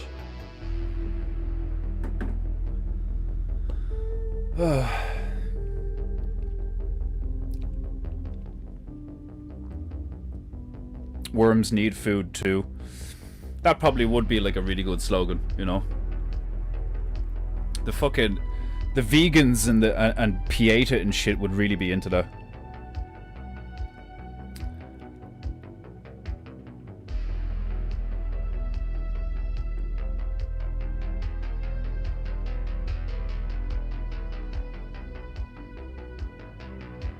So what I'm hearing is bring back dungeons. Like, my dungeons would be a lot cleaner. Dungeons were a bit dingy. I don't like dingy dungeons. I like the idea of, like, some kind of, like, an enlightened cyberpunk kind of thing. Like, you embrace the usefulness of technology, but you do your best to, like, balance out the potential evil as a result of using the technology. Do you know what I mean? It'd be kind of like being aware of the cost of magic and then acting appropriately. It's like, okay, so in order to levitate the rock, the flower must die. It's a give and a take. It's like, all right, well, what if we grow flowers with this specific use to be used in that fashion? Do you know what I mean? Instead of just, like, going into someone's garden and being like, mine, I'm going to float my rock. Like, you know, like, that is kind of how we do things already, where it's like, alright, well, we need this, you know, there's a need, so we create a market, and then we'll do this or whatever. It's like, it's kind of the reason why they created that prison in El Salvador. It's like, we have all these criminals, so, like, what are we gonna do? Oh, we'll put them here in this big prison. Like, you know, prisons are great, aren't they? It's like, prisons have been around a while, and, like, there's all sorts of issues with them. So your solution to dealing with a modern criminality problem was to build, like, a mega prison. And, you know, and now he's like, you know, oh yeah, give us your prisoners. We'll take foreign prisoners. Like, do you know what I mean? If you want to ship your prisoners over here, it's like, that's just free labor. Like, that's a grift. That's a massive grift. Like, do you know what I mean? It's like, initially you're like, yay, he got rid of all the criminals. Yay, the crime went down. It's like, yeah, but at what cost, though? Like, do you know what I mean? It's like, like, when I look at these things, I'm like, did you really fix the problem, or did you just, like, benefit from the problem? You know, like that's the problem I have with, like, modern society. Is like, everybody, like, something happens and it's framed as a good thing, and it's like, yay, and it's like, do you not realize how that's probably not a good thing? Like, I mean, like, I get it. Like, you know, it's like, yeah, cool, yeah. Like, I remember when people are like, yeah, like, you know, the prison in El Salvador. It's like, yeah, fair enough. You know, round them all up. You know, crime rate goes down. Cool. It's like, but like I don't want to shit on people enjoying something. So that's why I'm always like, yeah, I mean, it's probably a good thing, sure. But, like, in the back of my mind, I'm always like, I don't know. I mean, I can see a lot of loopholes in that shit. And then people look at people like me and are like, oh, you're never happy. Like, you know, you'll rain on anyone's parade. Like, you just see the dark in everything. It's like, yeah, I do. I see the dark and the light in fucking everything. I can see the two sides of the coin, where it's like, and like, obviously I can't see them, like, in ad infinitum. Like, you know, I'm not a fucking genius or anything, but it's like, it's not, once you know how the pieces move and what the rules are, it's pretty easy to like, you know, think like a couple of like, if this happens, then this will happen, then this will happen, then this will happen, you know? And, like, it really does seem like we're still in a state of societal flux where it's like, people are just like, okay, so we've got this problem, how are we going to fix it? And somebody with a shitload of money and influence comes along and goes, well, we could do this. It's like, yeah, that's a great idea. Why don't we just do that? And it's like, you know, like, it's just so seedy and fucked up. Like, that's hilarious. So what I'm hearing is bringing back dungeons. It's so funny. A fair assessment. Sometimes a bullet would be cheaper for most offenses. Like, do you know, like, it's not even, whatever about cheaper, that's a real utilitarian thing to be like, yeah, well, it'd be cheaper to just kill them. It's like, it's not even necessary. Like, yeah, sure, taxpayer money and all that, I get it. But it's like, literally more moral, in a sense. Do you know what I mean? Where it's like, because think about it, like, you, like, a family member gets murdered in a drive-by. And then you go to court, and, like, and those things are usually, like, drawn out.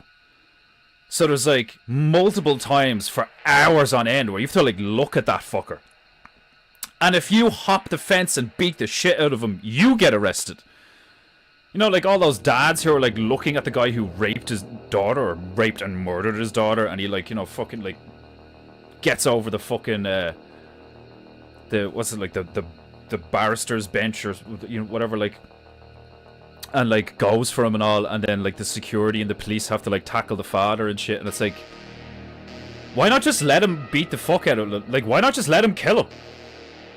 Oh, well, then we would be, like, you know, kind of, what's the term? We would be complicit in murder ourselves, but that's not murder though.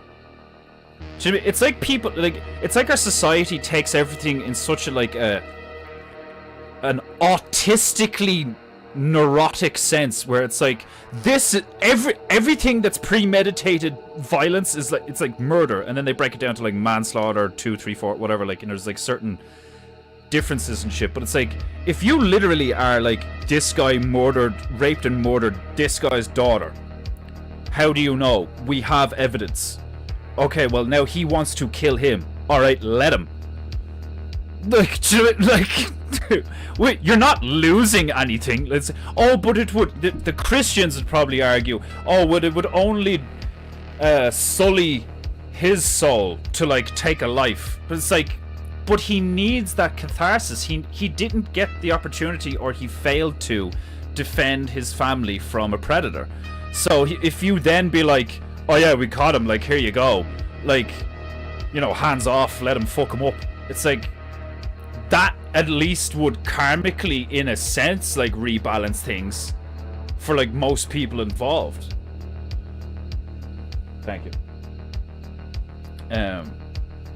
But we're society is the perpetual middleman these days.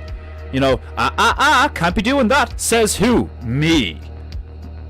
Like, what the fuck? Like, do you know what I mean? It's like, we have collectively agreed. No, we haven't. We haven't fucking collectively agreed on fucking anything. You fucking idiot.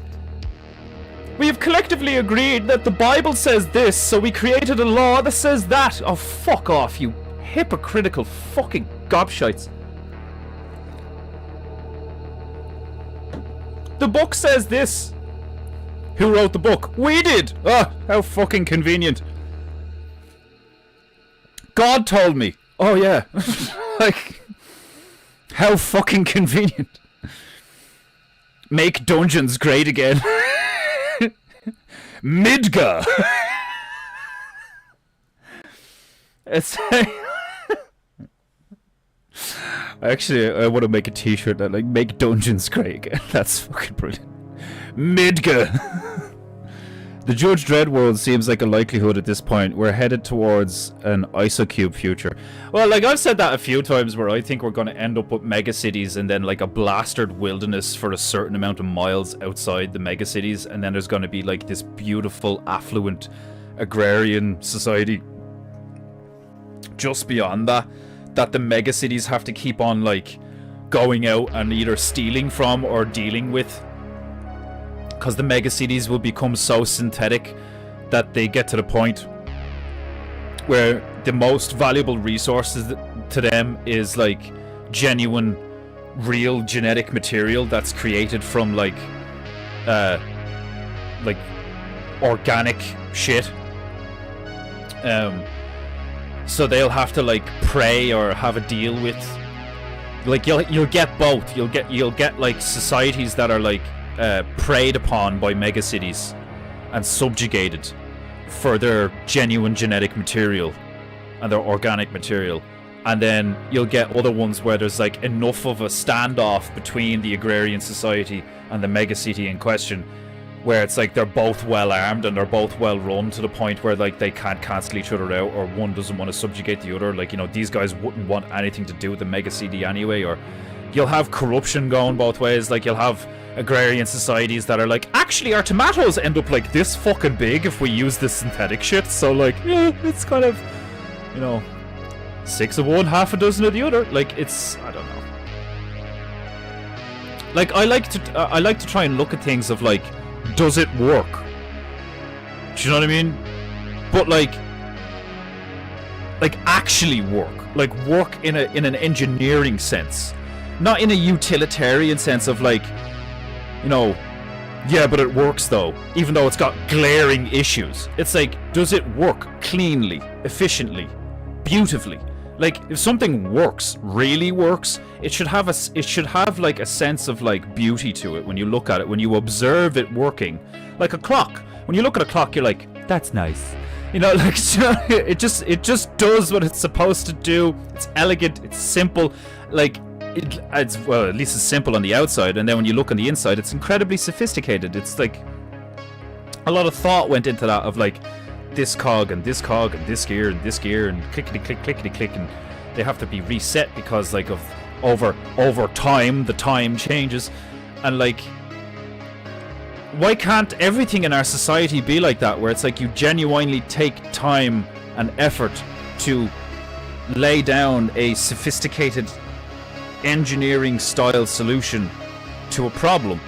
And it's like, isn't that what we're here for? Like I believe that's what we're designed to do. I believe something or someone designed us to be caretakers of this place, to be like, you know, these we're tinkerers. We're incredibly good at like making stuff and maintaining stuff and like, you know, just messing with stuff. And it has like a profoundly negative quality, but also a profoundly positive quality. But like these days, and at least as far as our history books are concerned, it's mostly negative. Do you know what I mean? Where it's like people, like good people, I try to be good, but like good people are always talking about, yeah, but this though. And it's like, yeah, don't get me wrong, I get it. There are good things in life. Great. I totally get it. But like, elephant in the room situation where there's like a vast amount of like really horrible shit, like to the point where you can't really be like, yeah, but like fucking, I don't know. I mean, like,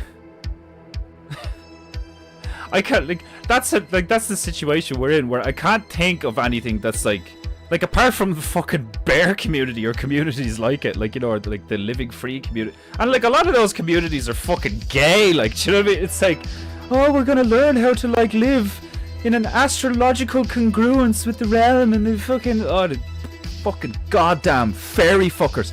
Like, you can't be etheric to the degree that like you won't fight something, like, do you know what I mean? And you can't be like soldier minded and like just kill everything, like, do you know what I mean? Like, it has, like, don't get me wrong, I mean, I've said loads of times on the stream, it's like kidnap the women and children and glass the place, and it's like, that would literally be my final solution. I'd be like, just grab as many women and children as you can and fucking vaporize the entire region. And I wouldn't be surprised if that happened. Like, do you know what I mean? Like, with all the fucking all the kids and the train cars from, like, was it 200-300 years ago or something, like, all the incubator babies, all the World's Fairs where they were like selling kids, and there was like these like thousands of children, no adults, just thousands of children brought in on trains and all. Maybe it's all fake, I don't fucking know, but like there's something about it that feels incredibly real, where like there was like this like cataclysmic event that was probably like done on purpose to like prevent an even worse future, where it was like, if we keep letting this go, it'll be like so fucking bad.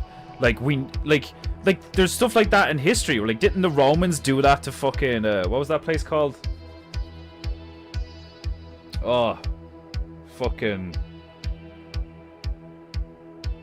I can't remember now, I'm blanking on it, but like, didn't they salt the earth and shit because they came across it and they were like, oh my god, Carthage, you know, or someplace like, and then in the Bible it's fucking Babylon. Like, I mean, it's like God was literally like, just give me one good man and I won't glass the place, you know, like, and then he gets the one good man out of there and it's like boom, like, I mean, it's like,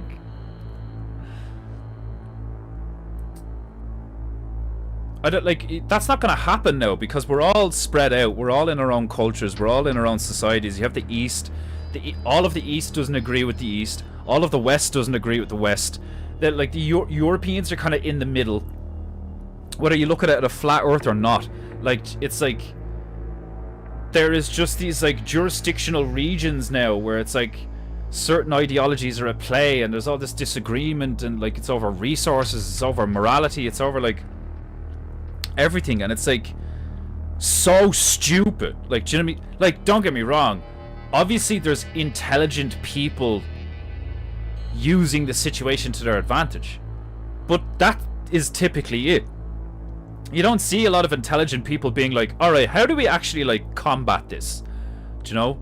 And like, I get where Owen's coming from with his, like, with the bears, and like, it's like you have to do it in your own life and you have to do it and blah blah. But it's like a lot of the, you know, insane leftists or the commies or like the anarchists do have a point to a degree, where like if you have 10% of the population is like, in quotes, good, right, and 90% of the population is, in quotes, bad, the 10% can only do so much.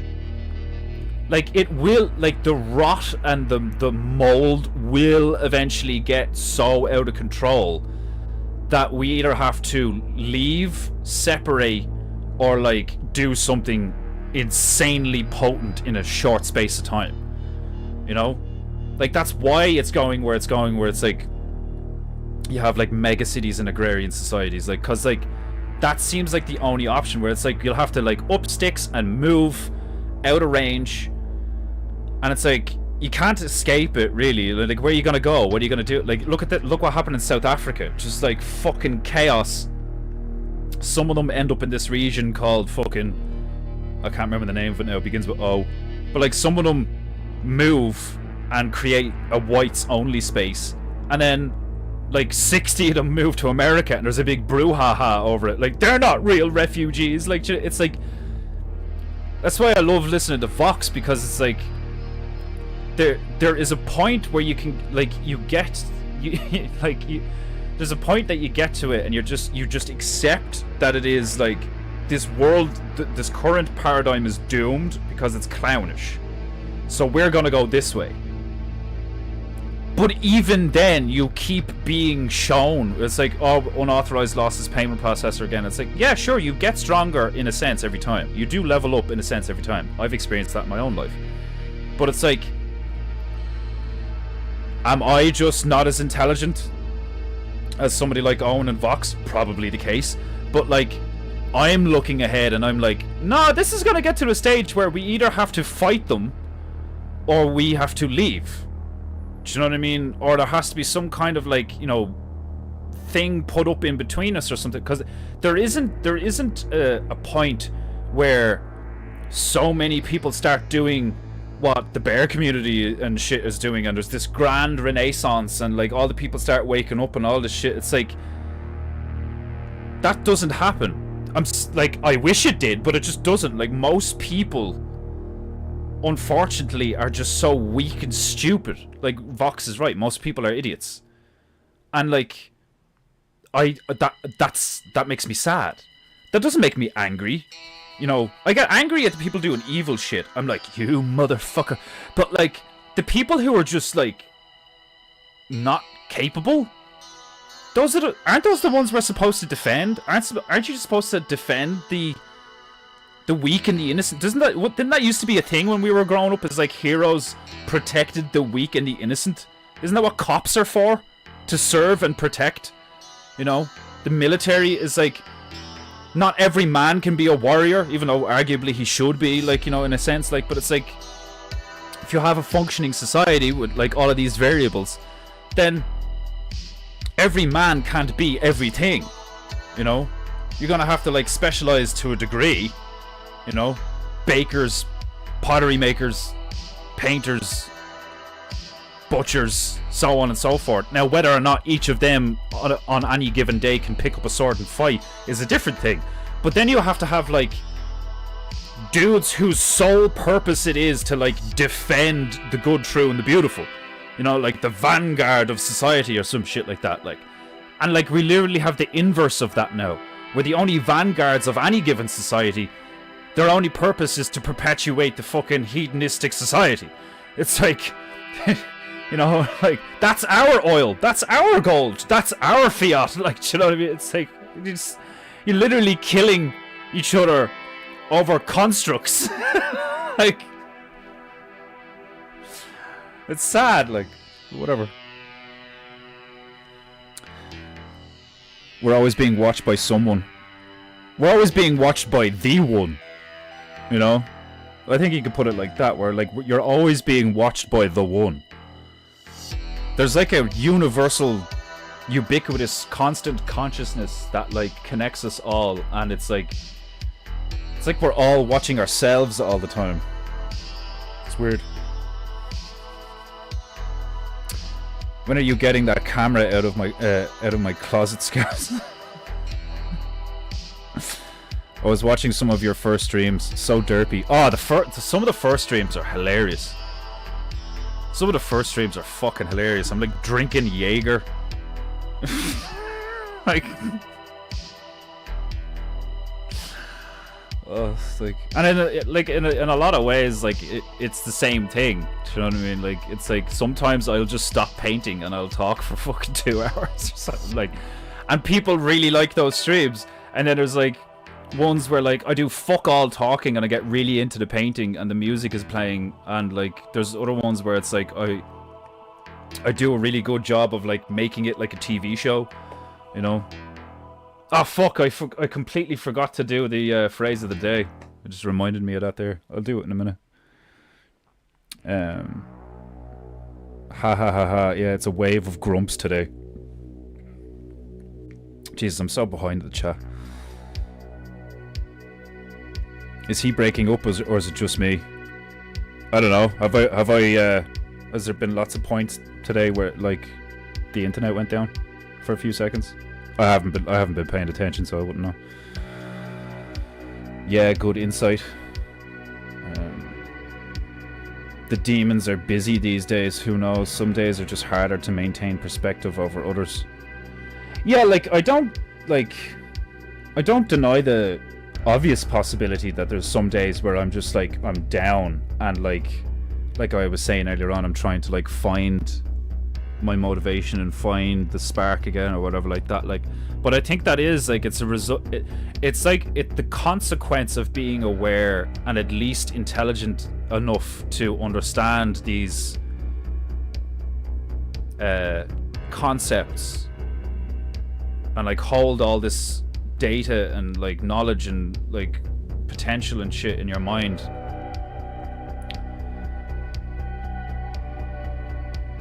It's kind of like it's like an unfortunate side effect of intellect where like you tend to look at it and go, oh well, it's fucked. but that's because like that's why paradoxical thinking is so important, because like it is fucked but it's not.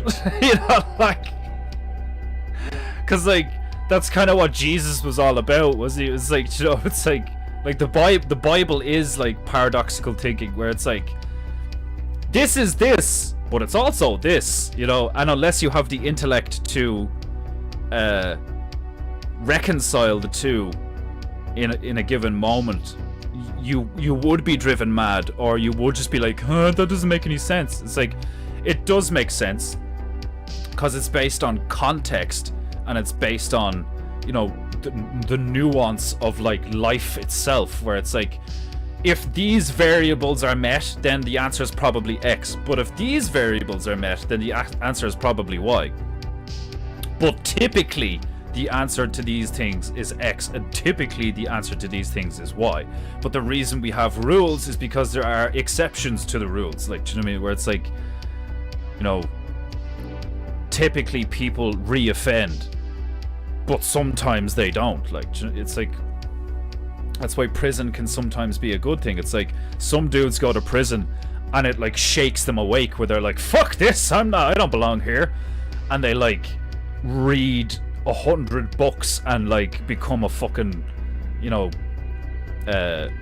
like an engineer or a priest or like something. Like they enter into a life of like typically like servitude, and like, you know, they get into like children's groups where they're like, you know, able to teach them about like, well, this is where I went wrong and I ended up in prison for fucking, you know, 10 years and I had to turn my life around and all this fucking shit. Like, you know, it's like, but typically people go to prison, and because prisons are so shit, typically what happens is they become worse criminals, you know. And if that's typically what happens, it's like that means prisons are a bad thing, you know? Because like if you take, you know, like if on average, if 70%, if 65% of the time you drink, you vomit, then you probably shouldn't drink, you know? You shouldn't be relying on the fucking 35% of like, yeah, but like 35% of the time I drink and it's fine. Yeah, but most of the time you drink, you get sick.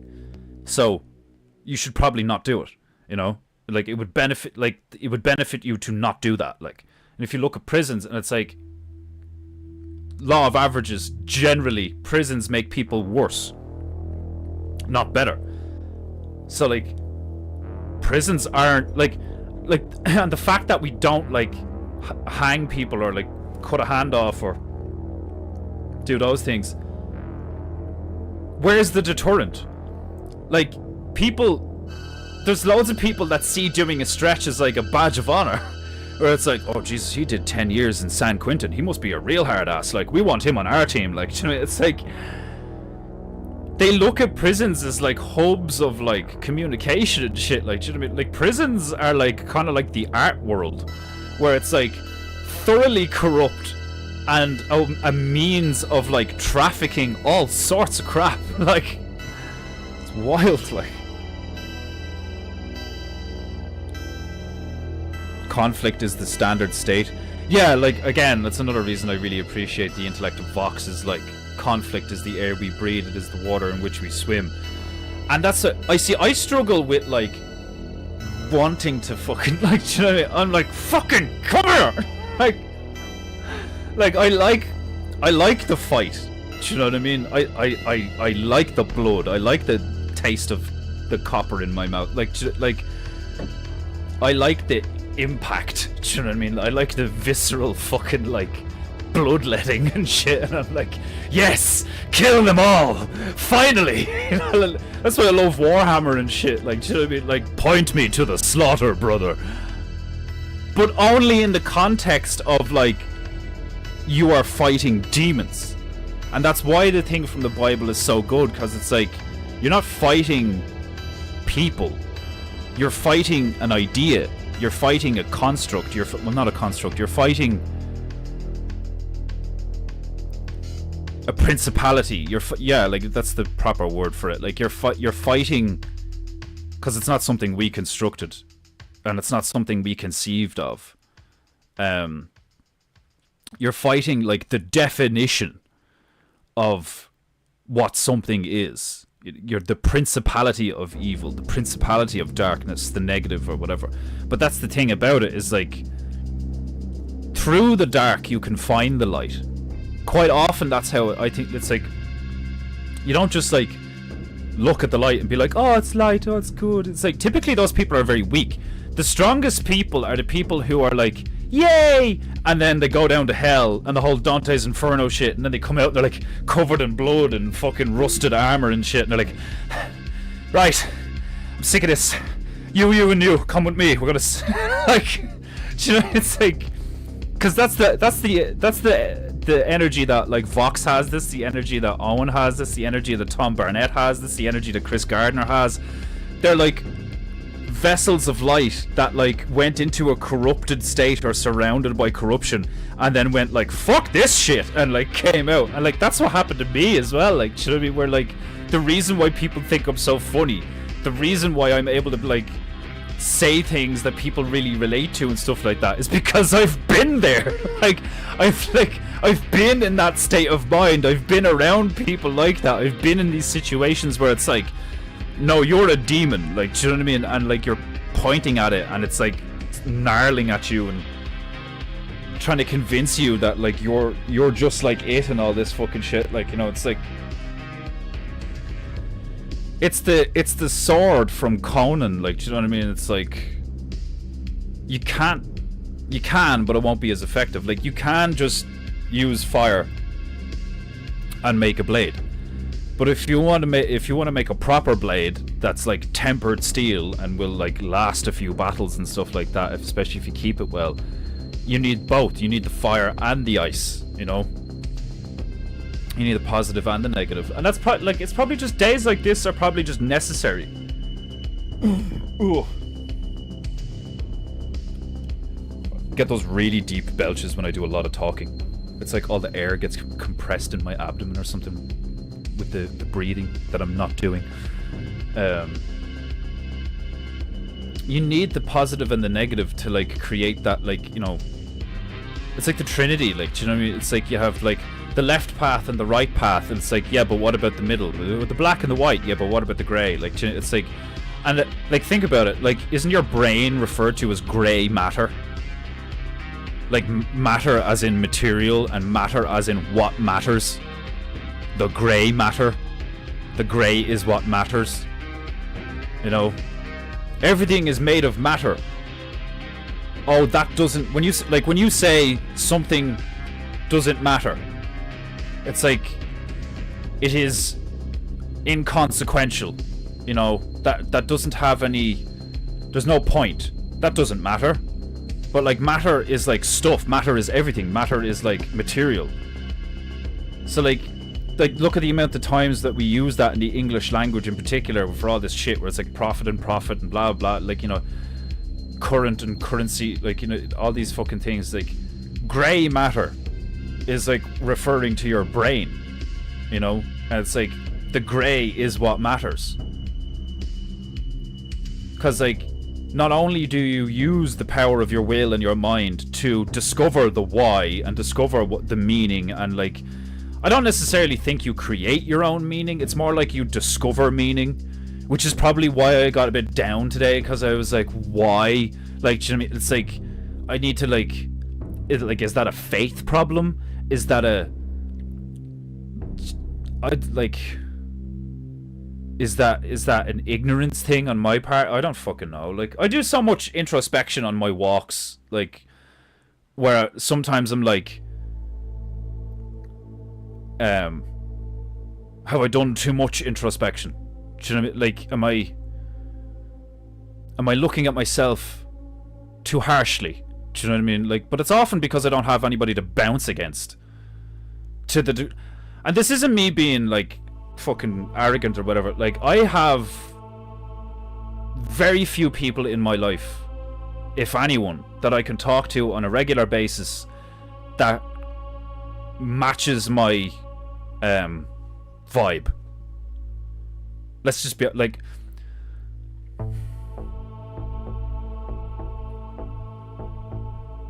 I don't know why I'm like, is it like out of shame or something? I don't know what it is. Like, I don't want to sound like an arrogant prick, because I'm not. I'm not arrogant. Like, I'm confident in my abilities because of experience and shit like that. Like, but I'm not arrogant because like there's loads of stuff that I know that I don't know and I'm not good at and all this shit, and I wouldn't just like brazenly walk into situations and be like, you know, right, I'm in charge. Like.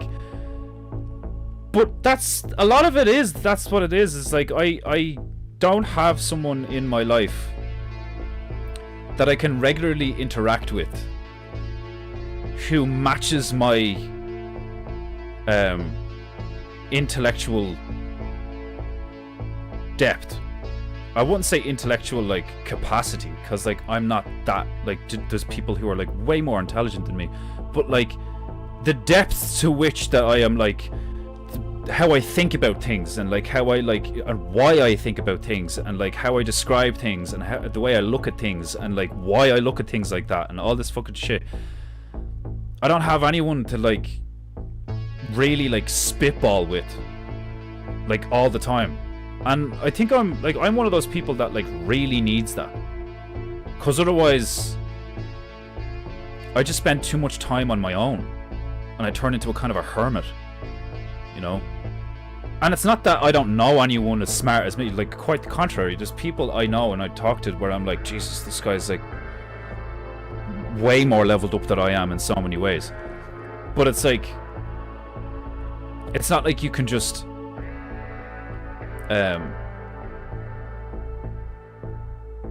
like, especially when you know people like from over great distances, it's not like you can speak to the same people every day at the same time.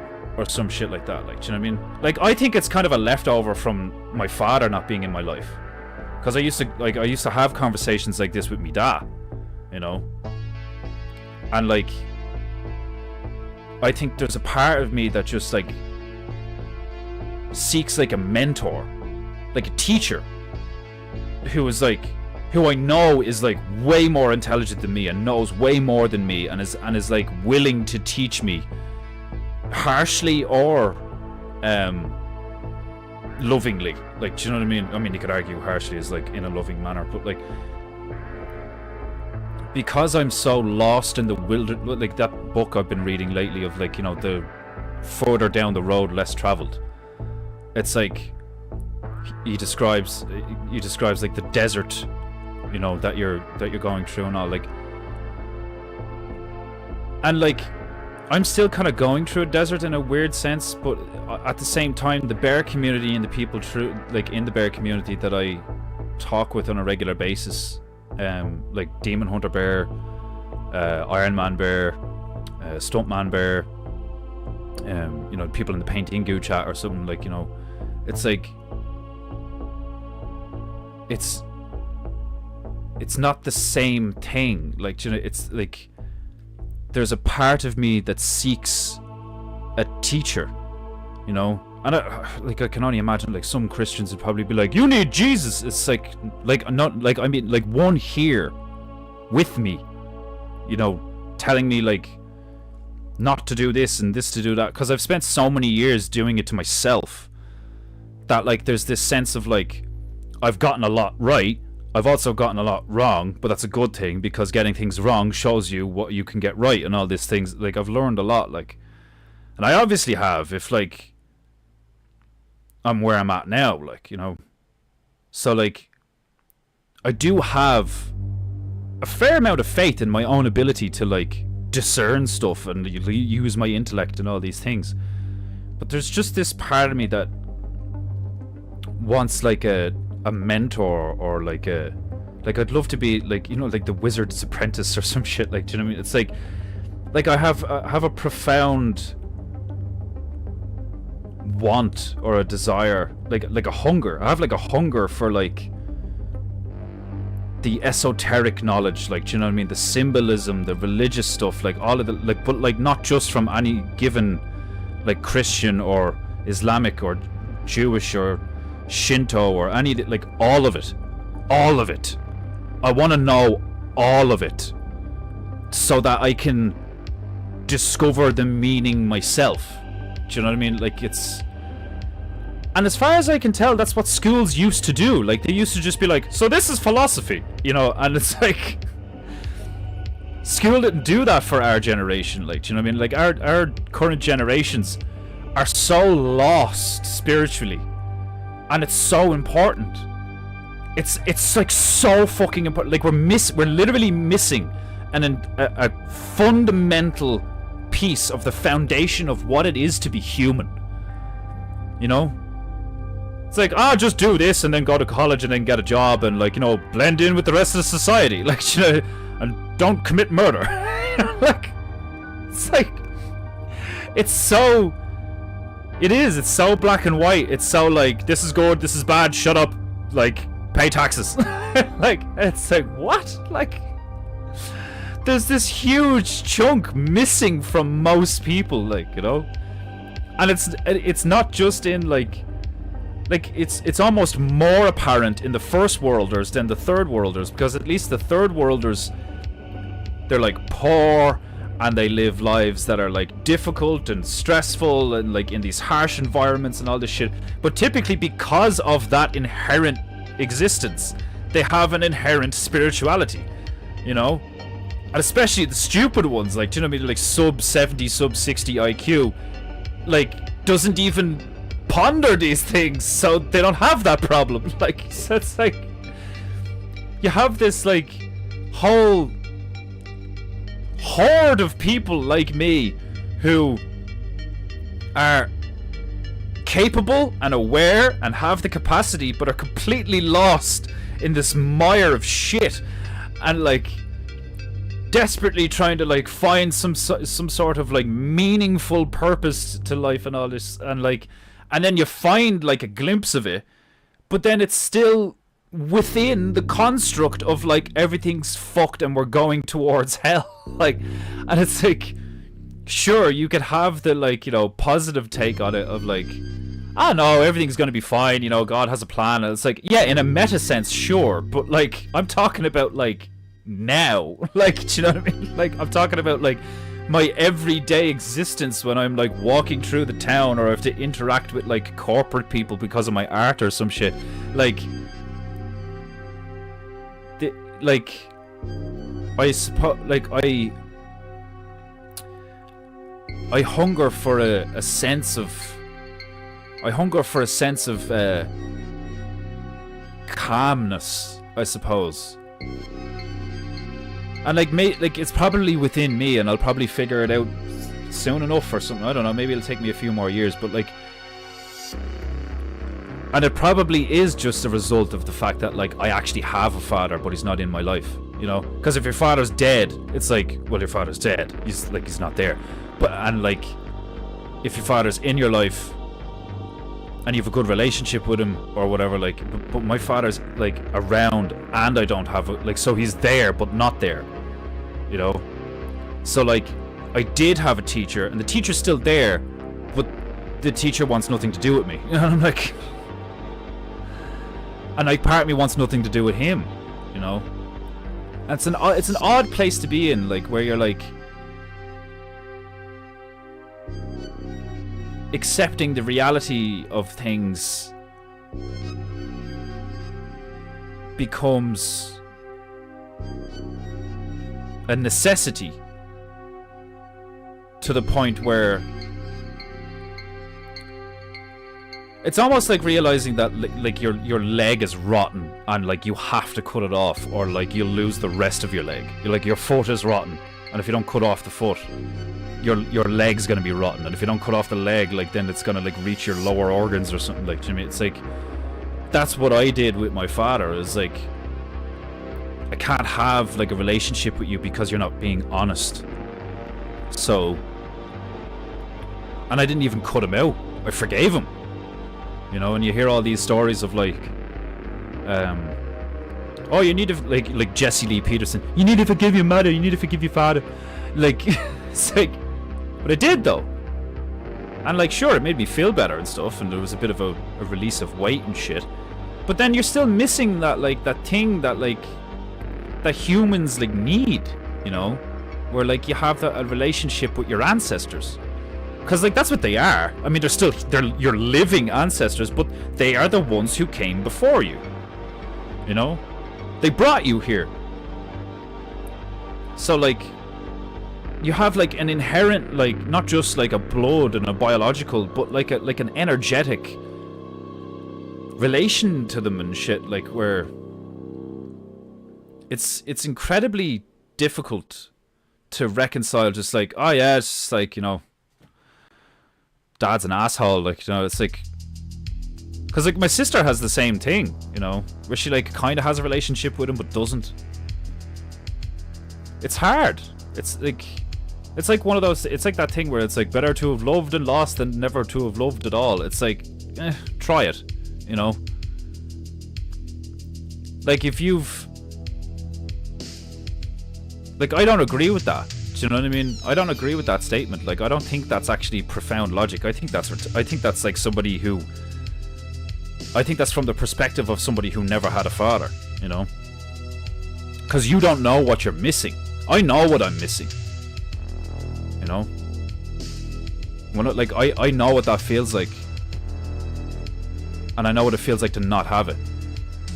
Whereas like other people don't know what it feels like, so they're like, you know, whatever. Like, it's weird. Like, it's very like, it's incredibly spiritual, you know. When like you really get into it, it's like not just like an intellectual or a moral or a fucking like a biological thing. It's like, it's spiritual. It's like part of like who you are, because it's where you come from. you know?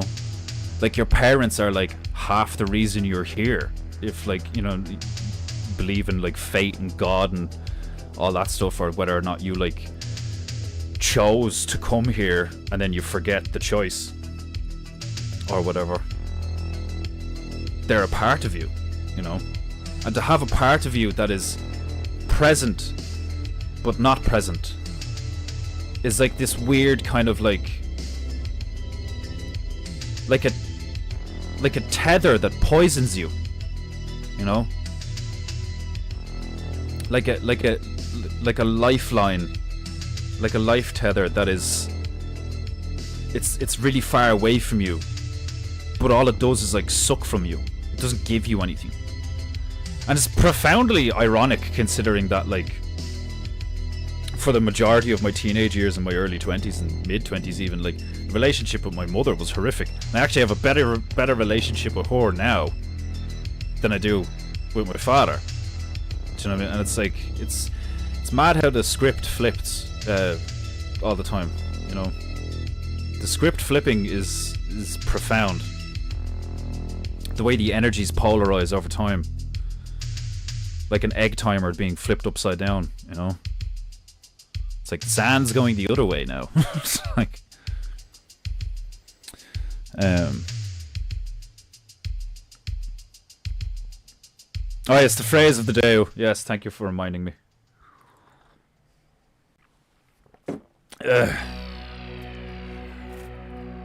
I want the Boers removed completely from South Africa, but not for the reasons the blacks do. I want them all in America and then deport all the Somalis to South Africa. Yeah, that'd be nice, alright, yeah. Give me all your whites, now take all the blacks. like you're fucking playing chess or something, like. Watch that YouTube Warhammer 40k short story I posted in the group chat, right up your alley. Why do I get the feeling I've seen this already? I've seen stuff like that.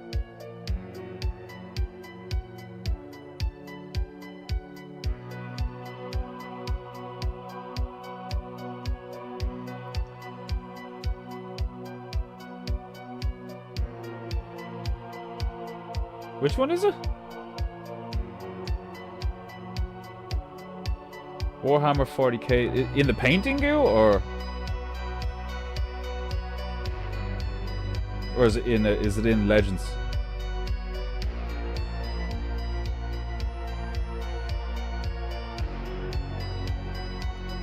Oh.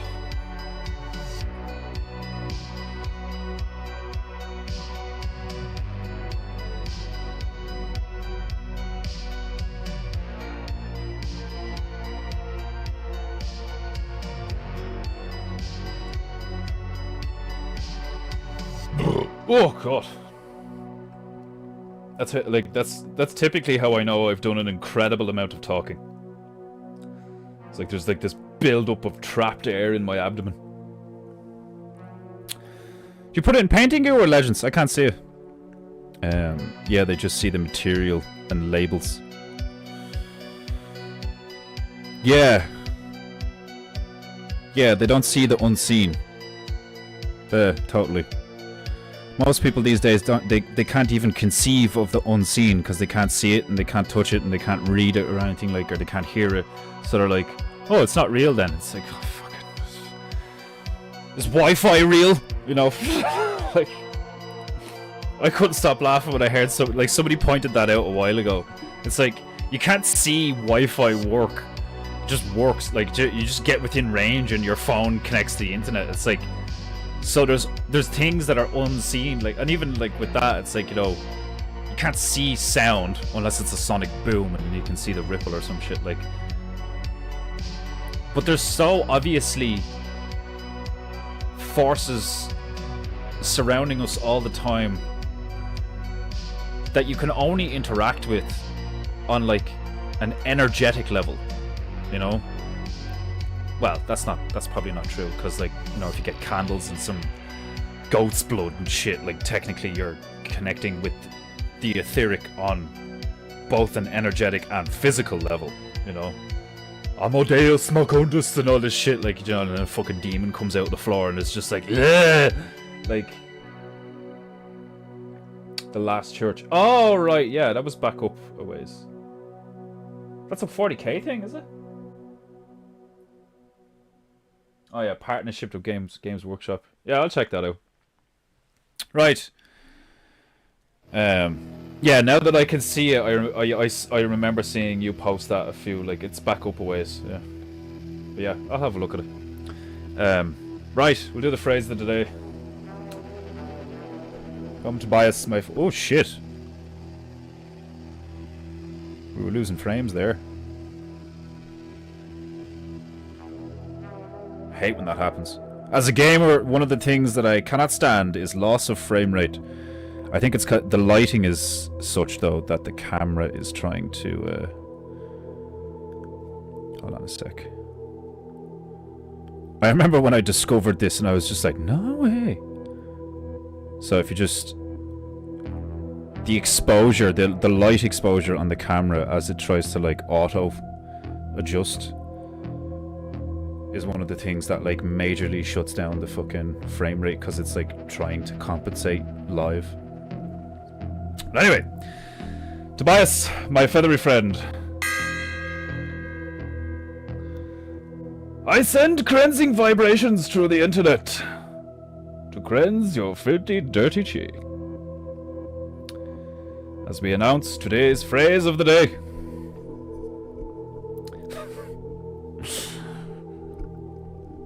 Man who fart alone in wrong elevator ride makes his own gas chamber.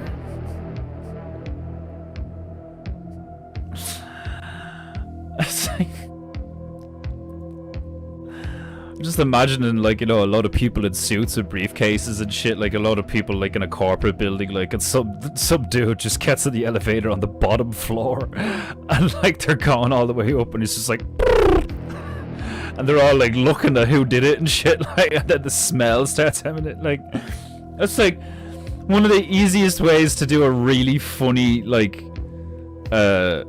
public prank comedic bit is, like, just get into an elevator that, like, you know, is, like, people are gonna be in it for at least, like, 60 seconds or something, like, you know what I mean? Like, going up about, like, 10, 15 floors or some shit, like, just get in it and just let rip. Like, fucking, like, Jackass, like, do you remember when, like, what, I can't remember what Jackass it was, but when they get that, I can't remember his name. Was it Dave or something? I can't remember that. It's disgusting, but it's hilarious. Where they get that guy who, like, was able to just, like his superpower was shitting or something. Like, I can't remember the name. But, like, they get him to, like, really, like, you know, have, like, to store up a good shit. And then they're in the van outside, like a textile, like a, not a textile, like a, you know, like a toilet, like a bathroom supplies place, right? And was it Dave England? I think his name was, I can't remember. But they show up the first time in the van, and he's like, "Oh guys, I really gotta go. I've got, like, I'm not even playing. I don't know if I'm gonna make it." And all, like, and they're still trying to, like, you know, get the cameras in place and make sure everybody's in the right place and so on and so forth. And he just shits himself in the van before they even go to do it. And he's like, "I'm so sorry," and all. So they have to try it again the next day or something. I remember when I first watched Jackass, I was like, there was loads of times where I was like, that's nasty. But, like, there is also, like, undeniably hilarious moments in those movies and, like, the TV show or whatever. Like, they did some hilarious stuff. Yes, they did some, like, utterly degenerate, foul stuff, but, like, some of the stuff they did was, like, not just laugh out loud funny. Like, there's a difference between, you know, you laugh at something and you're like, "Ha, that's hilarious," and, like, you're laughing about it for a few minutes, or, like, it goes into a theme or a bit and you're laughing for, like, half an hour. But there's other things that are so funny you almost immediately, like, stop breathing and start crying.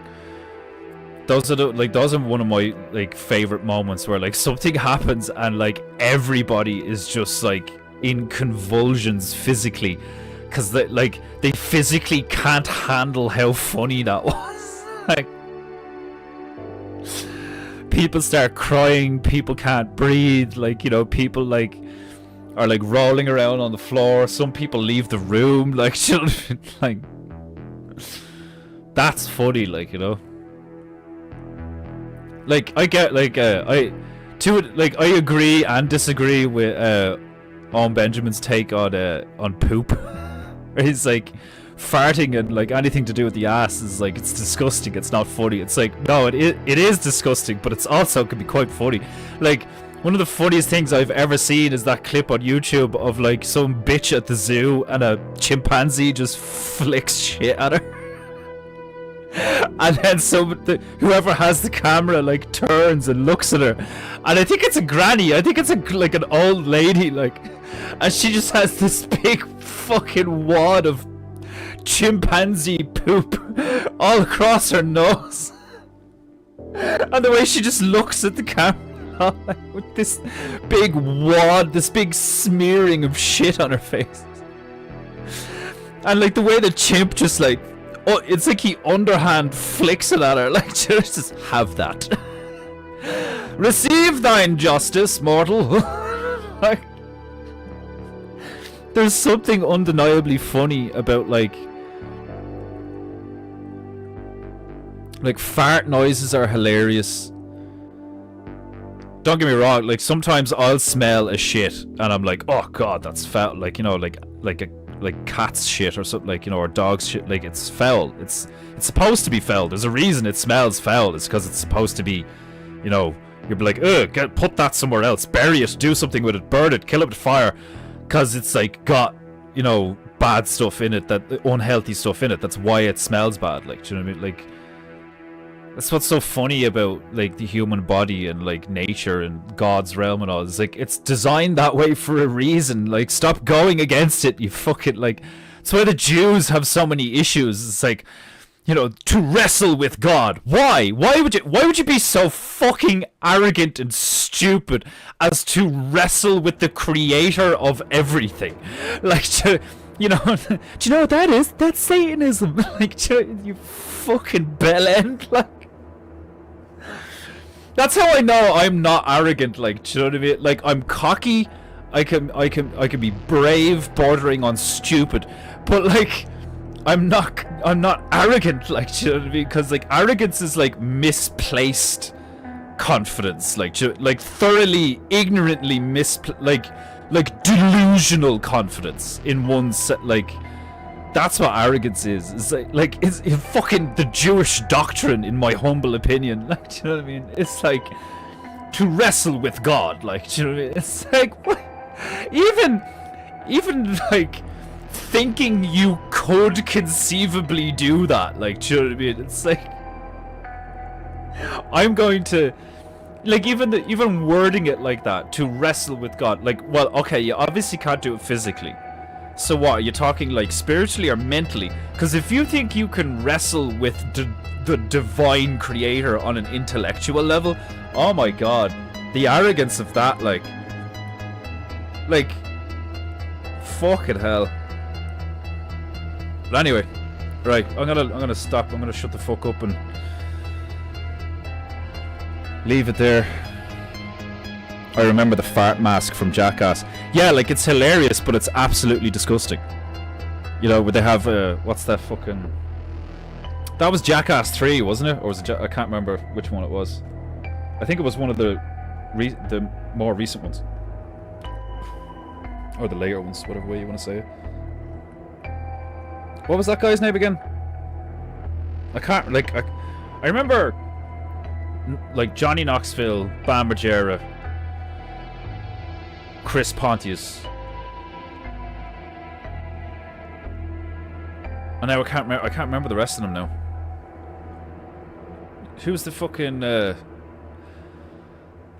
who's the midget? The midget had a like really distinct name as well. I can't remember. Anyway, yeah, Jackass was funny. It was fucking disgusting, like, a lot of the time, but it was fucking. Oh yeah, Steve-O and fucking nah, can't remember the midget.